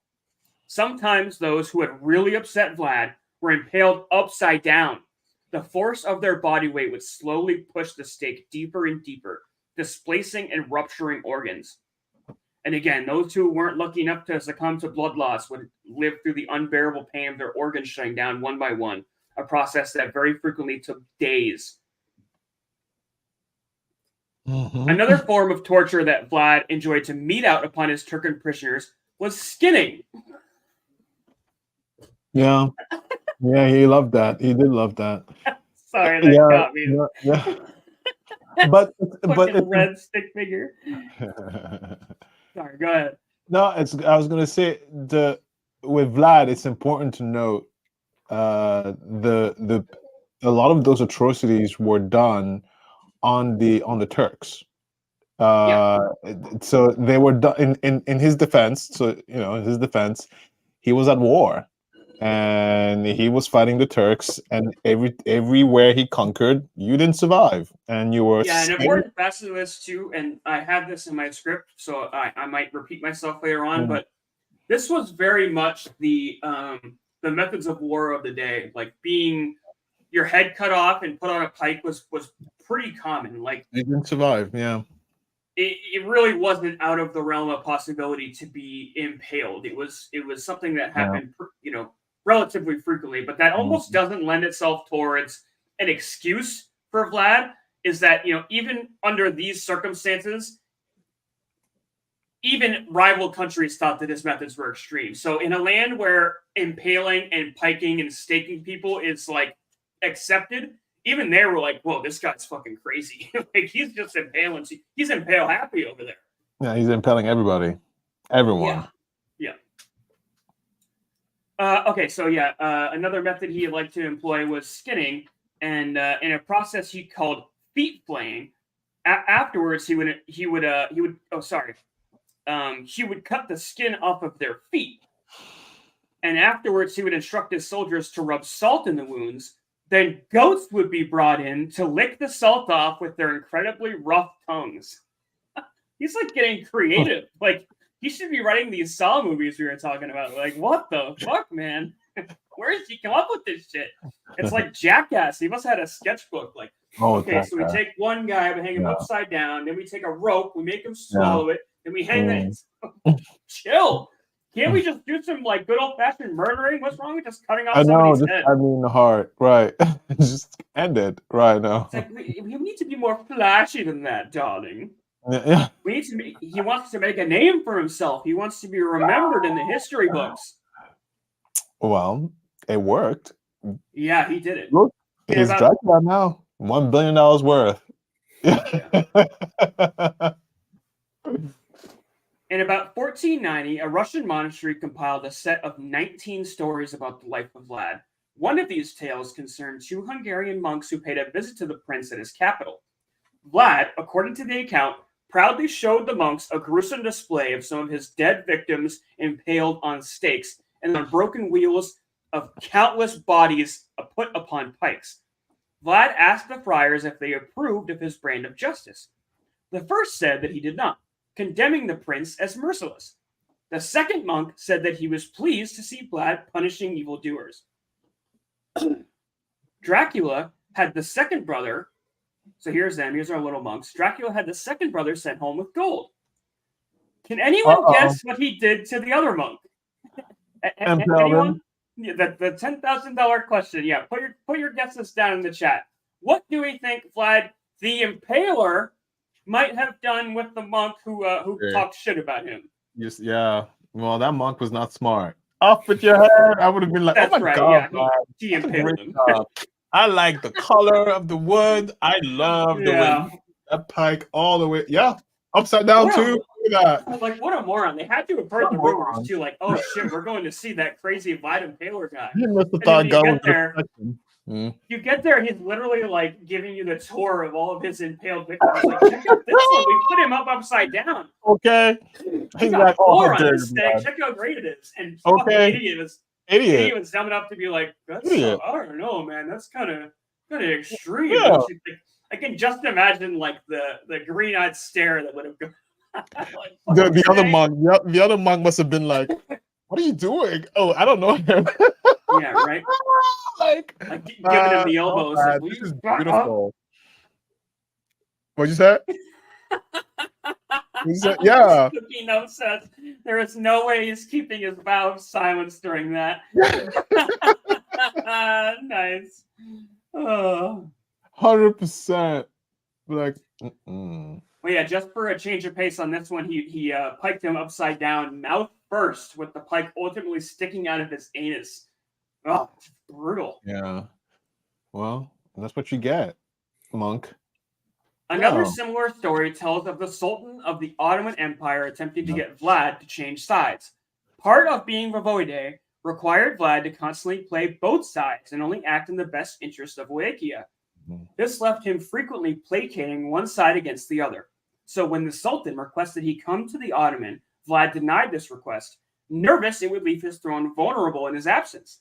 When the Sultan heard of this, he sent 2 disciples to go fetch him. And when they arrived, they did not want to remove their religious headdresses before him. Taking this as an insult, he had them nailed to their skulls, likely killing them. Yeah. That apparently was a big proponent of the old saying, like we said earlier, fuck around and find out. Like, you come off, you're not going to take your hat off in my presence. Like, what? Did these people not hear the rumors? Like, why would you go to a fucking madman? And I don't understand. Again, Well, it's because they were at the time the Ottoman Empire was the Ottoman Empire, and so being envoys of the Ottoman Empire, they were going there with the confidence of a messenger, and you never ever touch a messenger. That's war. Literally an old saying: "Don't shoot the messenger." Don't shoot the messenger. So they probably were like, "What is he gonna do? Kill me? He does not war with this guy." They flicked their hair and they found out. No, Vlad was like, "No, I'm a king here. You're gonna respect me." Yeah. So when the Sultan found out about this, he sent 1,000 troops to capture Vlad and bring him back to the Ottoman Empire as a hostage. Vlad, however, flanked the arriving empire at Hillside in one of history's first recorded uses of gunpowder. He slaughtered them all with, quote, hand cannons, a primitive version of a handgun that was kind of a mix between like a sniper rifle and a cannon. And they were like kind of just smaller sized cannons, really. Yeah. Almost all of Vlad's battles saw a minimal number of Wallachian troops slaughter insurmountable forces of Turks, almost consistently. All right. Our next one is a little too gruesome for me even to illustrate, even for stick figure theater. So in a rare amount of brevity for this podcast, here's a picture of some pretty flowers and butterflies to look at while I describe this nastiness. Nutty Bucks and Bunnies. One medieval chronicle describes a truly awful method of execution that Vlad employed from time to time, aptly named the Cauldron of Death. Oh, God. Vlad had a huge copper cauldron in his castle topped with a wooden cover. In the center of the wooden lid was a hole big enough for a man's head to fit through. The pot was then filled with water, and a poor soul was placed inside, and then the lid would be placed on top. The cauldron would be then tipped upside down, so his head would be thrust through the hole. The cauldron would then be flipped back right side up, and a fire would be lit underneath. Boiling the person alive with his head exposed, so Vlad could see and hear the agony before him. Mhm. Vlad apparently hated it when anybody he cooked to death went to waste, and this was often a monstrous part of his torturous plans. According to fable, Vlad had 300 locals boiled and roasted alive this way in batches, forcing the others to eat the fresh meat of their fellows one by one until none of them were left. Other terrible tales from the 15th century tell of atrocities where Vlad had young children roasted alive and force-fed to their mothers, who in turn had their breasts cut off and force-fed to their husbands. In another tale of absolute wickedness, he kept a stable of prisoner children locked away for over a week. During that time, he boiled the children's families in cauldrons of death and then invited the children in for a feast. It wasn't until the children had their fill that he would expose where the meat had ultimately come from, giving them the option only then, and the implements to do so, to take their own lives. Jesus, Yeah. fucking dark. Yeah. But yeah, this is where we're gonna wrap up these exploits. That was Vlad. There Look, were some more. It's just like after a while, it's just like Yeah. holy fuck, it's no, so Vlad didn't much. play. Okay, Again, so we don't know how much of this is true. Like a lot Yeah. of this was probably embellished upon.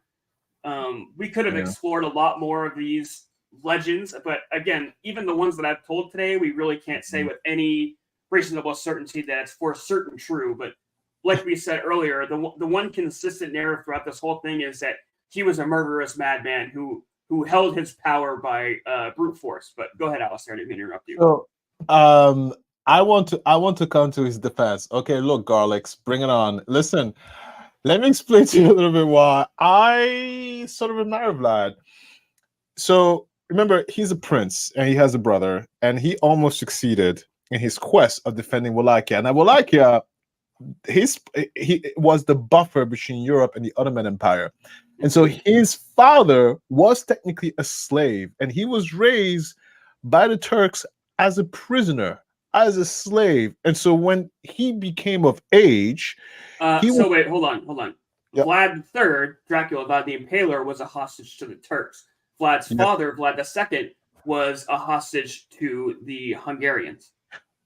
No, I mean from the story from the history that I learned, the reason why he sent his kids to become hostage to the Turks is because it was either that or the Turks wiped out the entire warrior family. So to protect his lineage, he had to send his sons as hostage to the Turk because the Ottoman Empire, Wallachia was the buffer between Europe and the Ottoman Empire, because they never really wanted they wanted to stop there. They didn't want to go any further, and they were like, okay, look, you do what you do, you pay us taxes, but because we don't want you to hang out with Hungary, we'll keep your kids.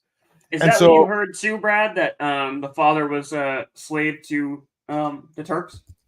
Yeah, so he was slave to the Turks. Vlad was slave to the Ottomans.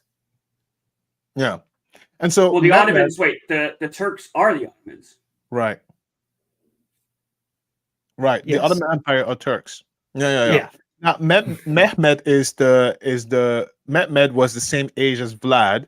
And so he is the actual heir to the Turk Empire. So they grew up together. So Mehmed viewed Vlad and Vlad's brother as his own brother because they were raised together. Yeah. And so when he became of age, when Vlad became of age, he was like telling his brother, dude, how long are we going to be slave for? How long are we going to be slave for? We are princes. Come with me. Come, let's go back home and do this. And the brother was like, no, I like reading books, thanks. But you know, I like Roger, the handsome one, he stayed in the Empire and ended up fighting his brother at a certain point. Yeah, they had to fight. But let me tell you something. Those two brothers were a dynamic duo, because Vlad was the warrior and he was the intellectual, the politician. If he almost succeeded, because if Vlad did all this by himself, imagine what he could have done with his brother by his side. So Vlad was like, okay, look, I am a prince. I'm tired of being a slave. I'm going to go back home and deliver my people from the iron grips of the Turks. So He goes in there like, honey, I'm home. And they go, oh, thank God, because they were tired of paying taxes. So when he gets there, he goes, okay, look, you're very pretty. You're a woman. Perfect. You know what? You be my wife. We'll be in princess. We'll figure it out together. And so the reason why I sympathize with him, because when he got there, he was like, okay, I'm going to put order into things. We're going to kick out these Turks because I'm done with them. But I'm a small country and the Turks can fuck me up. So I'm going to talk to Hungary and be like, look, Hungary, I don't want to be your slave, but I want to be freed from this Turk. So come on, I'm going to fight them. Back me up. Kind of like what back me up. But at the last minute, Hungary didn't show up. This was actually how I was going to wrap all this up too, was again, not to sympathize with the man or empathize with him, but to place some context into why he did what he did. In fact, a good story to kind of capture what he was able to do for Wallachia. In one of the stories that I read, there was a well in the middle of the town of, I think it was Brom. And in the well, there was a diamond and gold goblet that everyone in the town could use to get their water. And it was just there out in the open for anybody to steal. But because everybody feared Vlad so much, that goblet never got stolen. And according to the fable, there was an old woman who ran a bakery, and she knew that Vlad had died because she went to go get water one morning, and the goblet was gone because he wouldn't have allowed anybody to steal that goblet. It's how tight a grip he held over Wallachia. And they did see a pretty consistent, at least by comparison of what they were used to, not a time of peace because they were very much caught up in a war, but for the first time in probably, centuries, they weren't playing to one side or the other or helping the Turks or being enslaved by the Ottomans. And hey, we need 1,000 troops, go send them out. Vlad was excuse me, pretty stern that Wallachia was going to come first, which was pretty. He put Wallachia first. Yeah. He was very selfish. He did protect his people, and a lot of the killings were towards the Turks and the Turk sympathizers.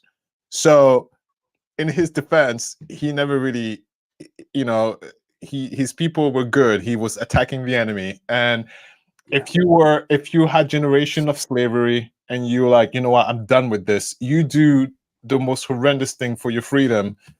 And I sympathize with that. Sorry. He was very much incoming. No way.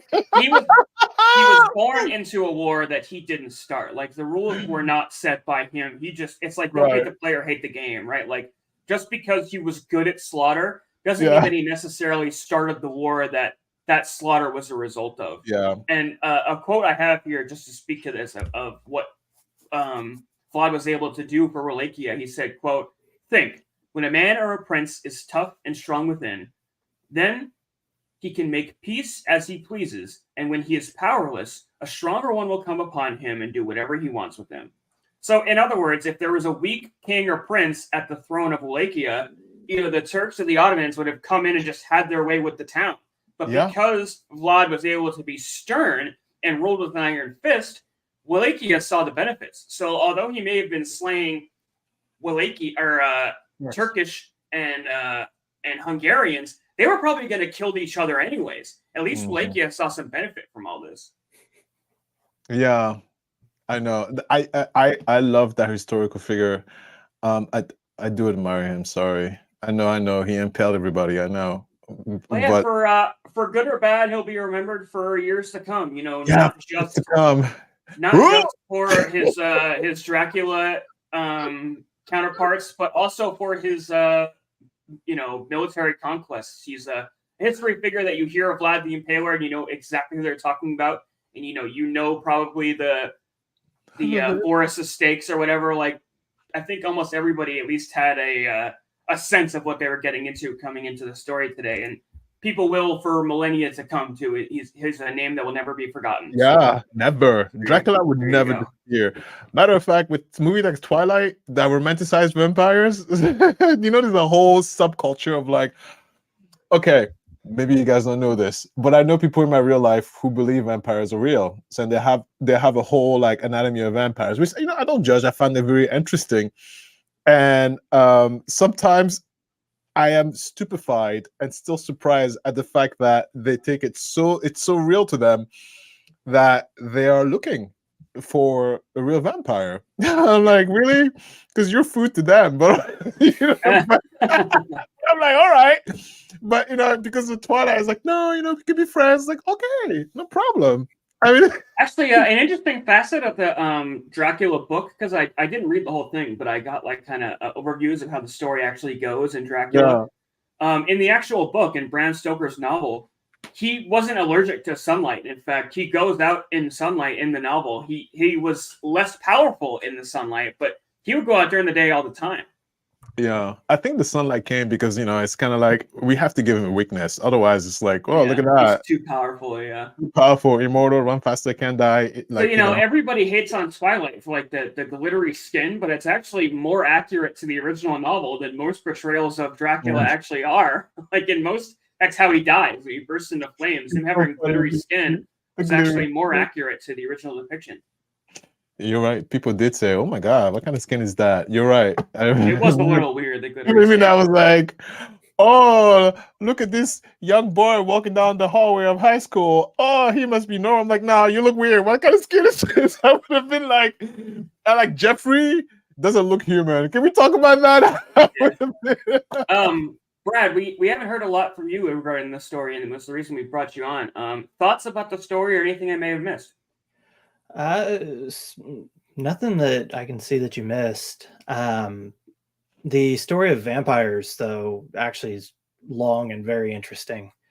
And if you have a chance, I highly recommend looking up the history of vampires, because they actually started off in Eastern Europe, but they started off as more or less a vapor, a ghost type thing. Oh, wow. And they didn't have to have permission to enter the house. They could enter your house through any crack that there was.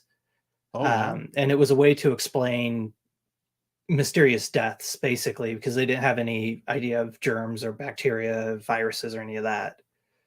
But so this is actually something that I touched on in my research here, because I was under the impression that Dracula was the basis for the creation of the vampire, but vampires actually existed long before Bram Stoker wrote Dracula, correct? Yeah. They had a long history, and throughout time they've morphed, and we've continued even to this day changing what we think of a vampire.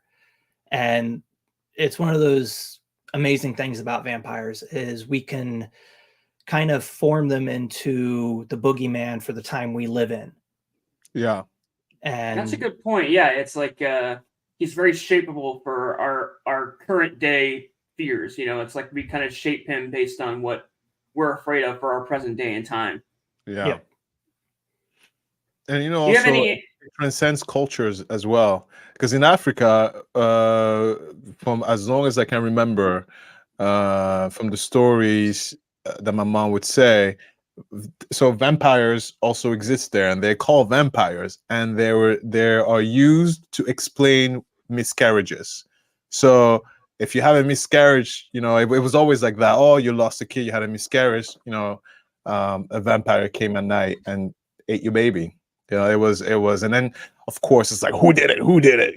But yeah, it transcends culture too. Mm-hmm. Good point. Oh, we're missing some of the comments here. Sorry, guys. I do the best I can to present this stuff and keep my eye on the comments. You're doing great. So John Bubba's saying, depending on vampire folklore, sunlight killed, weakened, or did nothing. Just depends on the vampire of that culture. Yeah. And he recommends that we look up the Vampire Encyclopedia. Jesus, I can't talk today. Encyclopedia by Jonathan Mayberry.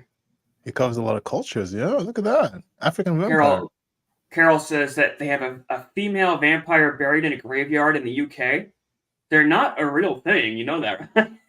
Like as much as they're no. Like some people believe. Some people believe that they are real. I told you. I know someone. She's a client. You did say that. Yeah. They're real. Like, okay. So vampire burials are really fascinating because the way that people thought they could stop a vampire. So one of the ways is taking a sickle and putting it across the throat so that when the vampire goes to rise, it chops the head off. Smart. Another way is burying them face down because when the vampire rises, they can't rise backwards. They can only rise. Yeah. Oh, interesting. Oh, then bang the head on the thing. Yeah. Oh my god. Let's go.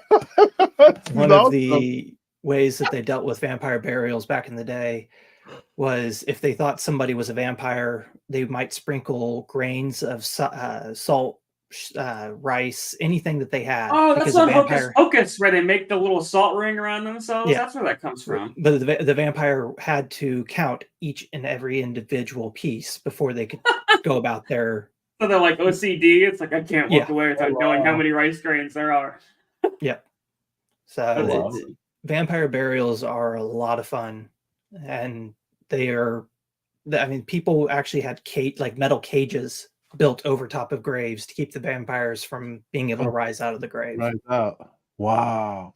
Yeah. Maybe you can elaborate a little more on one facet of the vampires that I heard that didn't really make sense to me. They said that vampires need to sleep on their own soil. It's just folklore. Folklore. But what does that mean? Because I know there's the myth that they have to sleep in a coffin at night, but they kept bringing up that they have to sleep on their own soil. So the soil from your homeland. So let's say that you were turned into a vampire, you would have to sleep on soil from, I think you said you're from Maine? I'm from New Hampshire. New Hampshire. So you would have to sleep on soil from New Hampshire. Yeah, how do you travel if you're stuck in New Hampshire? So you have to dig up some soil, put it in the bag. Yep. So here's a question for you, right? Because they bring us up in Bram Stoker's novel, but in the novel, after he gets Renfeld, I think the main character's name is, he gets him put into an asylum. I forget, not convicted or whatever. But the reason Renfeld initially comes to Transylvania is to do business with Dracula, and so Dracula ends up traveling to London. So what, did he literally have to carry bags of Transylvania soil on the boat with him? Or? I don't know if Bram Stoker's followed that logic. But if you the TV show What We Do in the Shadows, that's a good show. Yeah, they talk a lot about the having to they'll carry little bags of soil around with them whenever they have to sleep away from their home. Those guys are hilarious. This is great. For anybody who doesn't know, What We Do in the Shadows is on FX, and it's almost like a homemade a found footage of guys that are just living in current day.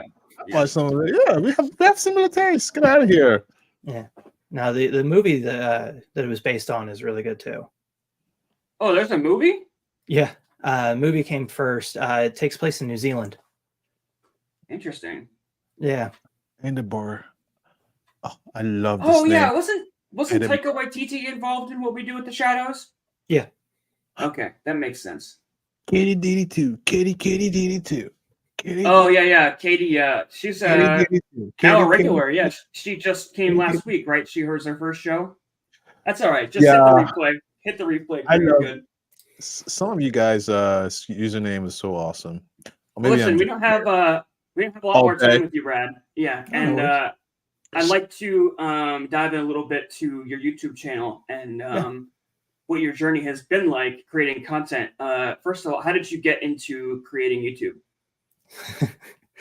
So my wife's company moved us up here to Canada, and not too long after we moved up here, I started having health issues. Wait, I'm so sorry to interrupt you, especially very poorly timed, but Spooky had this joke here. I just want to get in about the soil thing. I got a jar of dirt.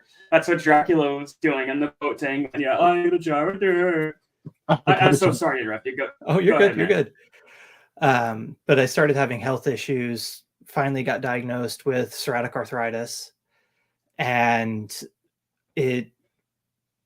having that makes it difficult to, dig, which is my primary job. Yeah. So we were looking for something to keep me busy, and YouTube just happened to be the thing.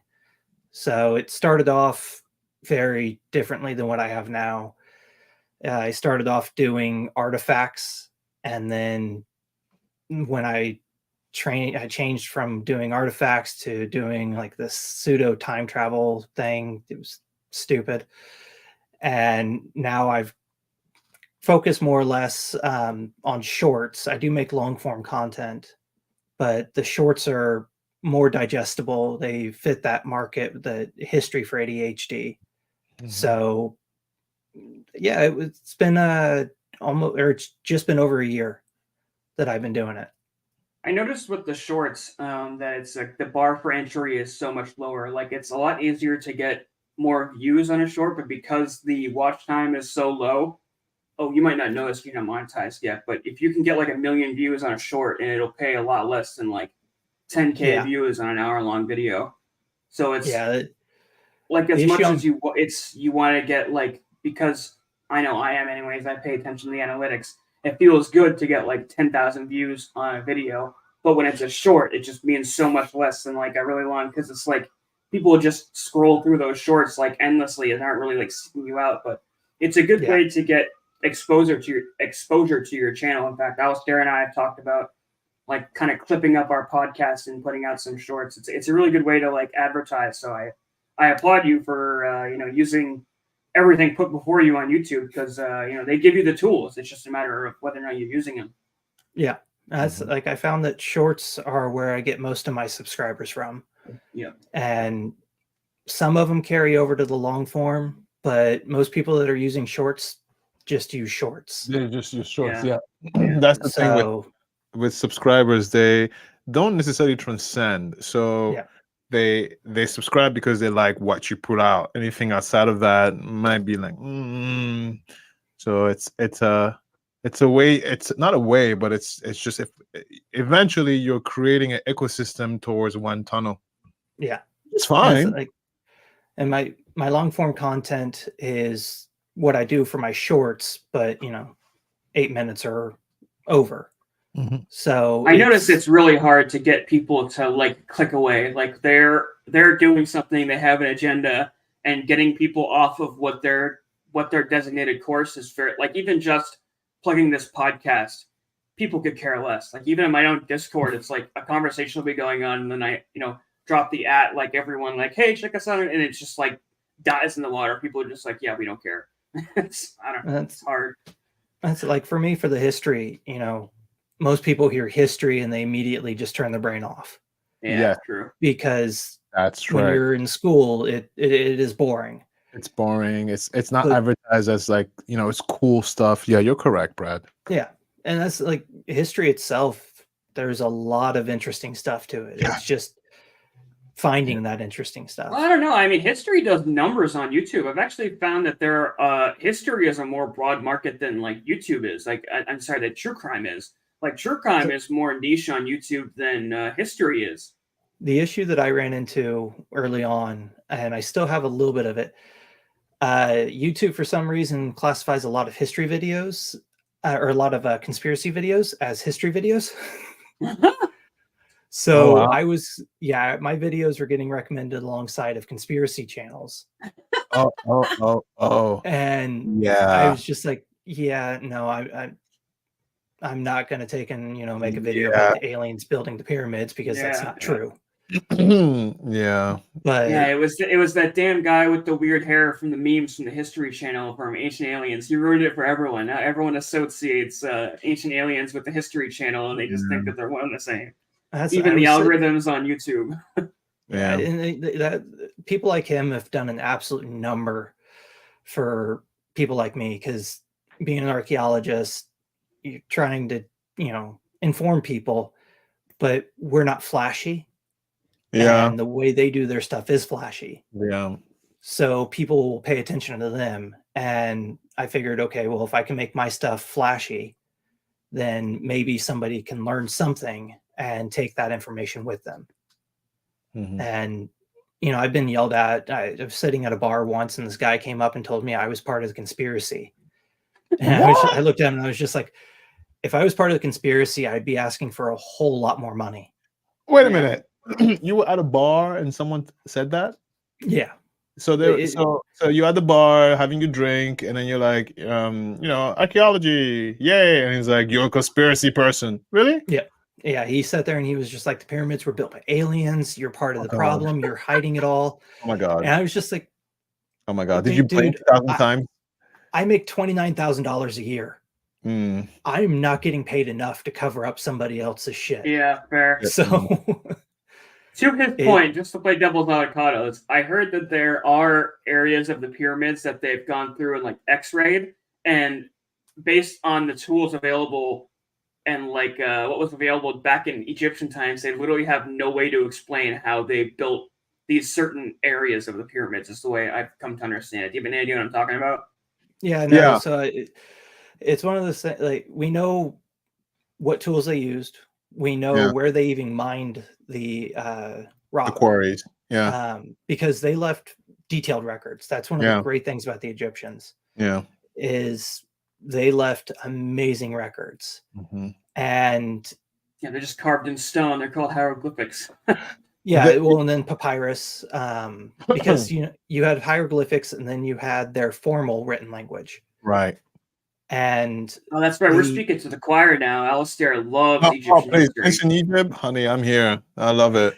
Yeah, because it was a few years ago. We actually found a boat where they were storing boats at, and we found papyrus that actually gave a detailed day-to-day record of this boat captain's traveling up the Nile, transporting the stone from the quarry to the pyramids and back. Yeah, they built it. No aliens did it. There's plenty of records that show how they built it, because they needed to keep records, because the next generation needed to know how to build it. Yeah, even with how to read the stars, even the mathematics of it, it's all on paper. Yeah, the Egyptians no aliens, everybody. The Egyptians were amazing for as humans. Everything. And that's the thing, like I always tell people, it'd be like somebody 2,000 years from now looking at the Empire State Building and going, that was built by aliens.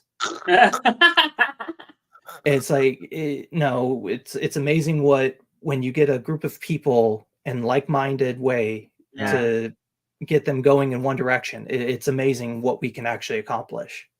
It's crazy to think about what people were able to accomplish, even looking back, BC days, like the Greeks and the fact that the Greeks were able to point out like certain star constellations and figure out that like stars were even a thing. You look at what even the Egyptians were able to accomplish with just like some sticks and some stones. You know what I mean? Yeah. That's really what they used to move those big bricks around, were just like sticks and some wheels. It confounds me that they're able to. Sorry, go ahead. It was more complex than that. It was more complex, but to what Beefy was saying is that the main thing here is keeping records and education, and that's why a school system. That's what school is about. Is that anybody that comes after you gets to skip a little bit the line, because they just have to read the hard work that you've done before, so they don't have to go through from the start line. And that's how progress is made, by documenting and recording everything. If tomorrow an asteroid comes in and wipes everything off the earth, honey, I cannot build a house. There's a problem. If there's no records to do anything, we're all starving to death. I can't even hunt. Oh, it's cold. She's like a resident jokeaholic. She's taken over for Bubba. It's funny comment there. She says, "Oh God, 2,000 years from now, they're gonna think we were the aliens." And then Kitty chimes in, "Someday humans will laugh at how primitive we are." Yeah. Do you remember like this flip phone, Brian? You know that. Yeah. Now look at the flip. I kept all my phones because I believe there's stuff in there I don't want anybody to know. But when I look at them, I go, "Wow, I can't believe this was the technology of the day." They literally is shit. But 20 years from now, we'll have flying cars. They'd be like, "Who rode on wheels, idiots?" Yeah, that's the nature of evolution, right? Gnome says the guys at periods line up perfectly with the bottom of the Big Dipper. Yeah, like how are they even able to line that up back with the tools? Because it's not like they had telescopes. They had the stars. Don't need telescopes. Katie says Stonehenge is another thing like the pyramids. Yeah, what's the deal with the Stonehenge? Like, we literally have no idea where that came from, right? Oh no, we do. So, we do. Yeah. I love history. I'm just saying. I'm a history. We, It was like, teacher me, and they're like, oh my God, shut up. It's me. we know that they mined the stone from Wales, actually, Yes. and then and then transporting it From over. Wales? There's Can there's two different you theories on explain how that? it was. I'm sorry. Oh my God! Wales, the country. Yes. Well, you thought the I animal? thought you, Yeah. Yes. I can't. I'm just gonna go in the back. Look. I can't believe he thought the animal. I'm out. I was so like, Come here, little like trying to whale. think. Like I know that ivory is a thing, like bones, right? Or, wait, no, those are elephants. Well, no, like bone. Don't they make like Whale bones? Yeah, don't they make whale Oh. bones into like You corsets are or something so like that? funny, DC. Whatever. I'll take the hate. Put the tomatoes in the chat. I'm doing the fucking Tomatoes and sauce garlic. dance. Dodge Tomatoes the and garlic. tomatoes. Yeah, the garlic cloves, whatever. Well, love look, it. it has been absolutely awesome to have you on, man. We've definitely all learned something. I learned that Stonehenge was apparently built from whale blubber, so you know we all learn something every day. You guys all have to go check out Brad's channel. Actually, here, I think I could put a link. It's Brad's Labs, though, right? Is the name of your YouTube channel? It's so great. I think you might be able to click on it, but it's just right there. Make sure you guys all go and sub to him. Make sure he gets like the 10 subscriber Bois Noir bump. It's not like we're over here a quarter the size of your YouTube channel, so it's not like we're gonna be making a big impression on your subscriber We'll see in base. 20 years. You don't know. Real quick, guys. Okay. Just doing this was a lot of fun. And yeah, that's what I was about to ask. Have you ever done a podcast before? Was this your first time? So I did it was an audio podcast, but it hasn't gone up yet. I did it almost a year ago. Wow. They got a long editing process. We actually have a podcast that we do. Oh, what's the name of it? It's Bite-Sized History with the Saints. Oh, is your last name Saint? Is that why? Yeah. Okay, well, look at that. I just dropped it into the chat, so you guys. I didn't put a link, obviously, but I just put the name into the chat. So make sure you guys all go check that out too. Because there's a blog that goes with that where we actually take and we cook historically. So we cook with the ingredients that someplace would have actually had available to them at that time. How does it taste? Oh, wow. How does it taste? Does it taste Depending good? Like kangaroo. I will never eat kangaroo again. I heard it tastes like rat. I don't know how anybody knows what rat tastes like, but so it was. The smell is absolutely horrible. How did you get the kangaroo meat, first of all? So there's actually a kangaroo farmer here in Ontario. Interesting. They can live in Canada? Oh my God, murderer! And I'm not you, the farmer. Wow. Kangaroos. Yeah, no, we thought it would taste better once smelt better once we cooked it. No. How did it taste? How did it taste? Like really bad chicken? No, it was like kangaroo. It was like kangaroo. It was something you can't really describe it. Gross. It was it horrible. hard? Was it lean? Was it no? difficult? It was like tough. Yeah, you had to like. Yeah, we sat there and I believe we boiled it, and it was still tough. Even with hot sauce, didn't taste so good. I can't use the hot sauce. The hot sauce makes things pop. Like you put some hot sauce, it can work. Yeah, I put that S on everything. It's a very real mantra. I do that too. Yeah, no, work. I quit. We've been doing. Wow. So what platform is your podcast on? Is it on Spotify or Apple? So iTunes. I believe it's on all of them. Oh, wow. I gotta pick your brains. I tried to get on Apple iTunes and I had trouble, but I haven't looked at it in a while. We were on Spotify, but we weren't getting any listeners, so I kind of stopped doing that. But we got to get back on the Spotify. Yeah. I'm curious, really quick. Do you find independent audiences on those platforms that weren't coming from the YouTube? Like people just stumble upon your podcast on those? So especially with the food blog part of it, people, for lack of a better way of saying it, eat it up. Yeah, nice. We will have random people find us, and we'll have people start lecturing us about the way that we made the food, because we didn't make the food the way that they have always had it. Oh And god! Yeah, like, Well, at least they're doing it- engaging. You're doing it like the ancient way, where there's no salt Yeah. and pepper. You're doing it like Well- chop chop. well, we would have, you'd have like salt, but like Okay, no pepper. so Okay. like Italy, Yeah, tomatoes didn't come from Italy; they come from South America. that's right. So, That's right. and then like potatoes as well. So That's any right. recipes that would require potatoes or tomatoes, we can't use them if we're pre-colonialization. You're cooking it the old way. Yeah. Yeah. And it makes for some interesting flavors. It makes for some very bland meals. Very bland. Yeah. Yeah, but it's a lot of fun to do. We've eaten all sorts of weird food now. Yeah. Well, very cool. Make sure y'all go check that out, and we hope you have a great Halloween. What are you dressed up for Halloween, Brad? What are you gonna be? So the little one is going as Grogu. I'm going as the Mandalorian. I and love Megan- it. Megan's going as I'm a Ahsoka. Star Wars person too. Ahsoka. Oh, we need to get. If send us pictures, we'll post it up we'll on the do. community tab for you. That'd be awesome. And Yeah. we gotta touch base afterwards about the podcast thing, and I need to get some links for you for the description too. So don't let me forget to link up with you after this show. But Will do. Alistair, do you have a final thought here for us? The final thought. The final thought.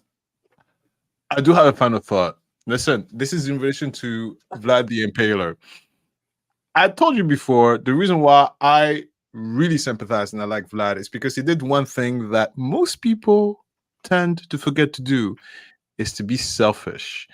And what did he do that was selfish? He put himself and his people first. Yes, he killed a lot of people along the way, but that's the final thought for today's show, is that no matter how somebody else might have maybe a different point of view of what you should be doing, the most important thing is that if you cannot help yourself, you cannot help anybody else. So if you're not in a position to be able to stand on your own 2 feet, you can't be good to anybody else. And so just like Vlad, it's important that you practice a little bit of selfishness.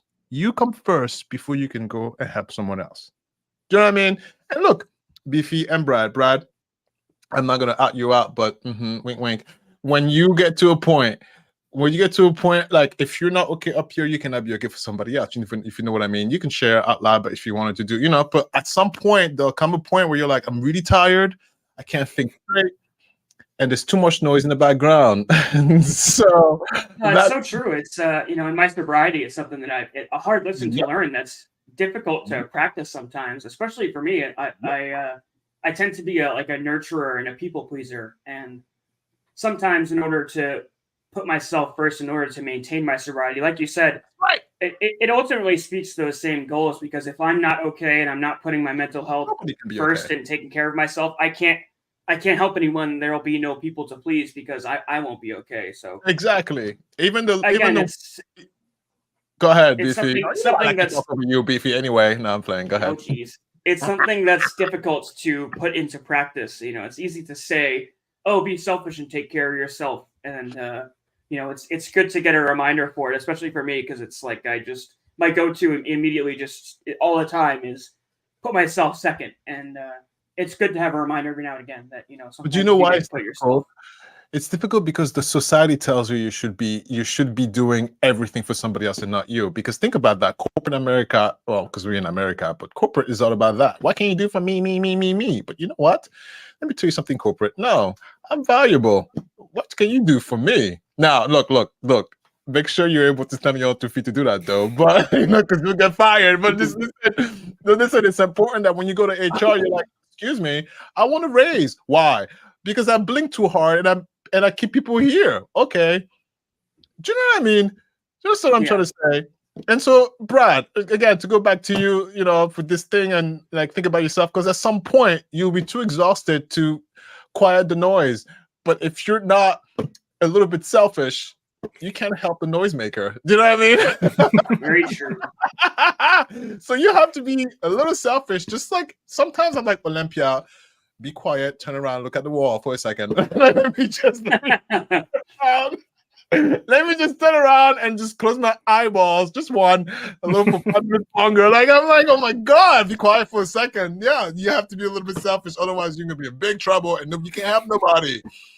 Very true. All right. Well, I hope you all have a very great Halloween. Yes. Make sure you eat plenty of trick-or-treat candy. You have Listen. 5 days left. Go buy the stinker. Link is in description. I'm gonna be really annoying. Only until the next sticker comes out. Look, you want to support us? Don't Look, miss out. No, it'll be a new sticker. You only have a limited opportunity to get these. It's Ends on gonna, the it's gonna 31st. be like the PewDiePie glove or the limited release T-shirt. You're gonna regret it. You're gonna watch back these videos Yeah. one day and be like, "Oh, I had my Yeah. chance to get one." That's We right. had two people went and bought them. So it has not crazy sales, but hey, we're making it, baby. We're getting it. So get out there, check out Brad's stuff, buy our sticker. John Bubba says Happy Halloween, y'all. Don't forget on Halloween night to go to your mirror and say grounds. Oh, and yeah. then okay. Actually, wait, one last thing about Halloween. You know what I always say? Halloween is when the murderer is like, this is my day. People will open the door for me. Listen, this is what you do for Halloween because I believe in the killer and the murderer because, they're roaming free and they walk around with a bloody knife. They go, oh, my God, what a great costume. Oh, yeah, it's a costume. This is what you do for Halloween because we don't trust nobody, okay? You put on your door, okay, I have candy, but if you try to murder me, there's cameras everywhere. Even if you don't have cameras. No candy for you. Make it plastered. If you're here to murder me, someone will know. Just so the murderer is like, oh, crap, I have to go to the next house. And I'm not even kidding. I'm not So even you're asking for the murderer's honor system? Right. Because the murderer wants to murder you and get away with it. So if you put a sign that says, look, I have candy here. So if you're a murderer, I have cameras. I'll know it's you. And they're like, I'll go to the next house. Trust me. They don't want to All work right, guys. Spooky Little Gnome, she's leaving. Bye, guys. Have a happy. Make sure you check your kids' candy. We learned that lesson last week. Charlotte, have a great evening. Alicia, we love you. Bubba, have a great happy Halloween. All. Brad, many kisses. Thank you again so much for coming on Thank this you. week. Check out his channel. Alistair, we'll talk soon, but have a good Halloween, buddy. Take care of Olympia and take care of yourselves, everyone. We love you. We'll see you next week. It's our favorite. Hold on, Preppy. Wait. Beefy, this Alistair, is do the dance. I gotta get the thing up here. Oh, baby, my name is Booba. Hey, Booba. All right. And transmission. Jesus Christ.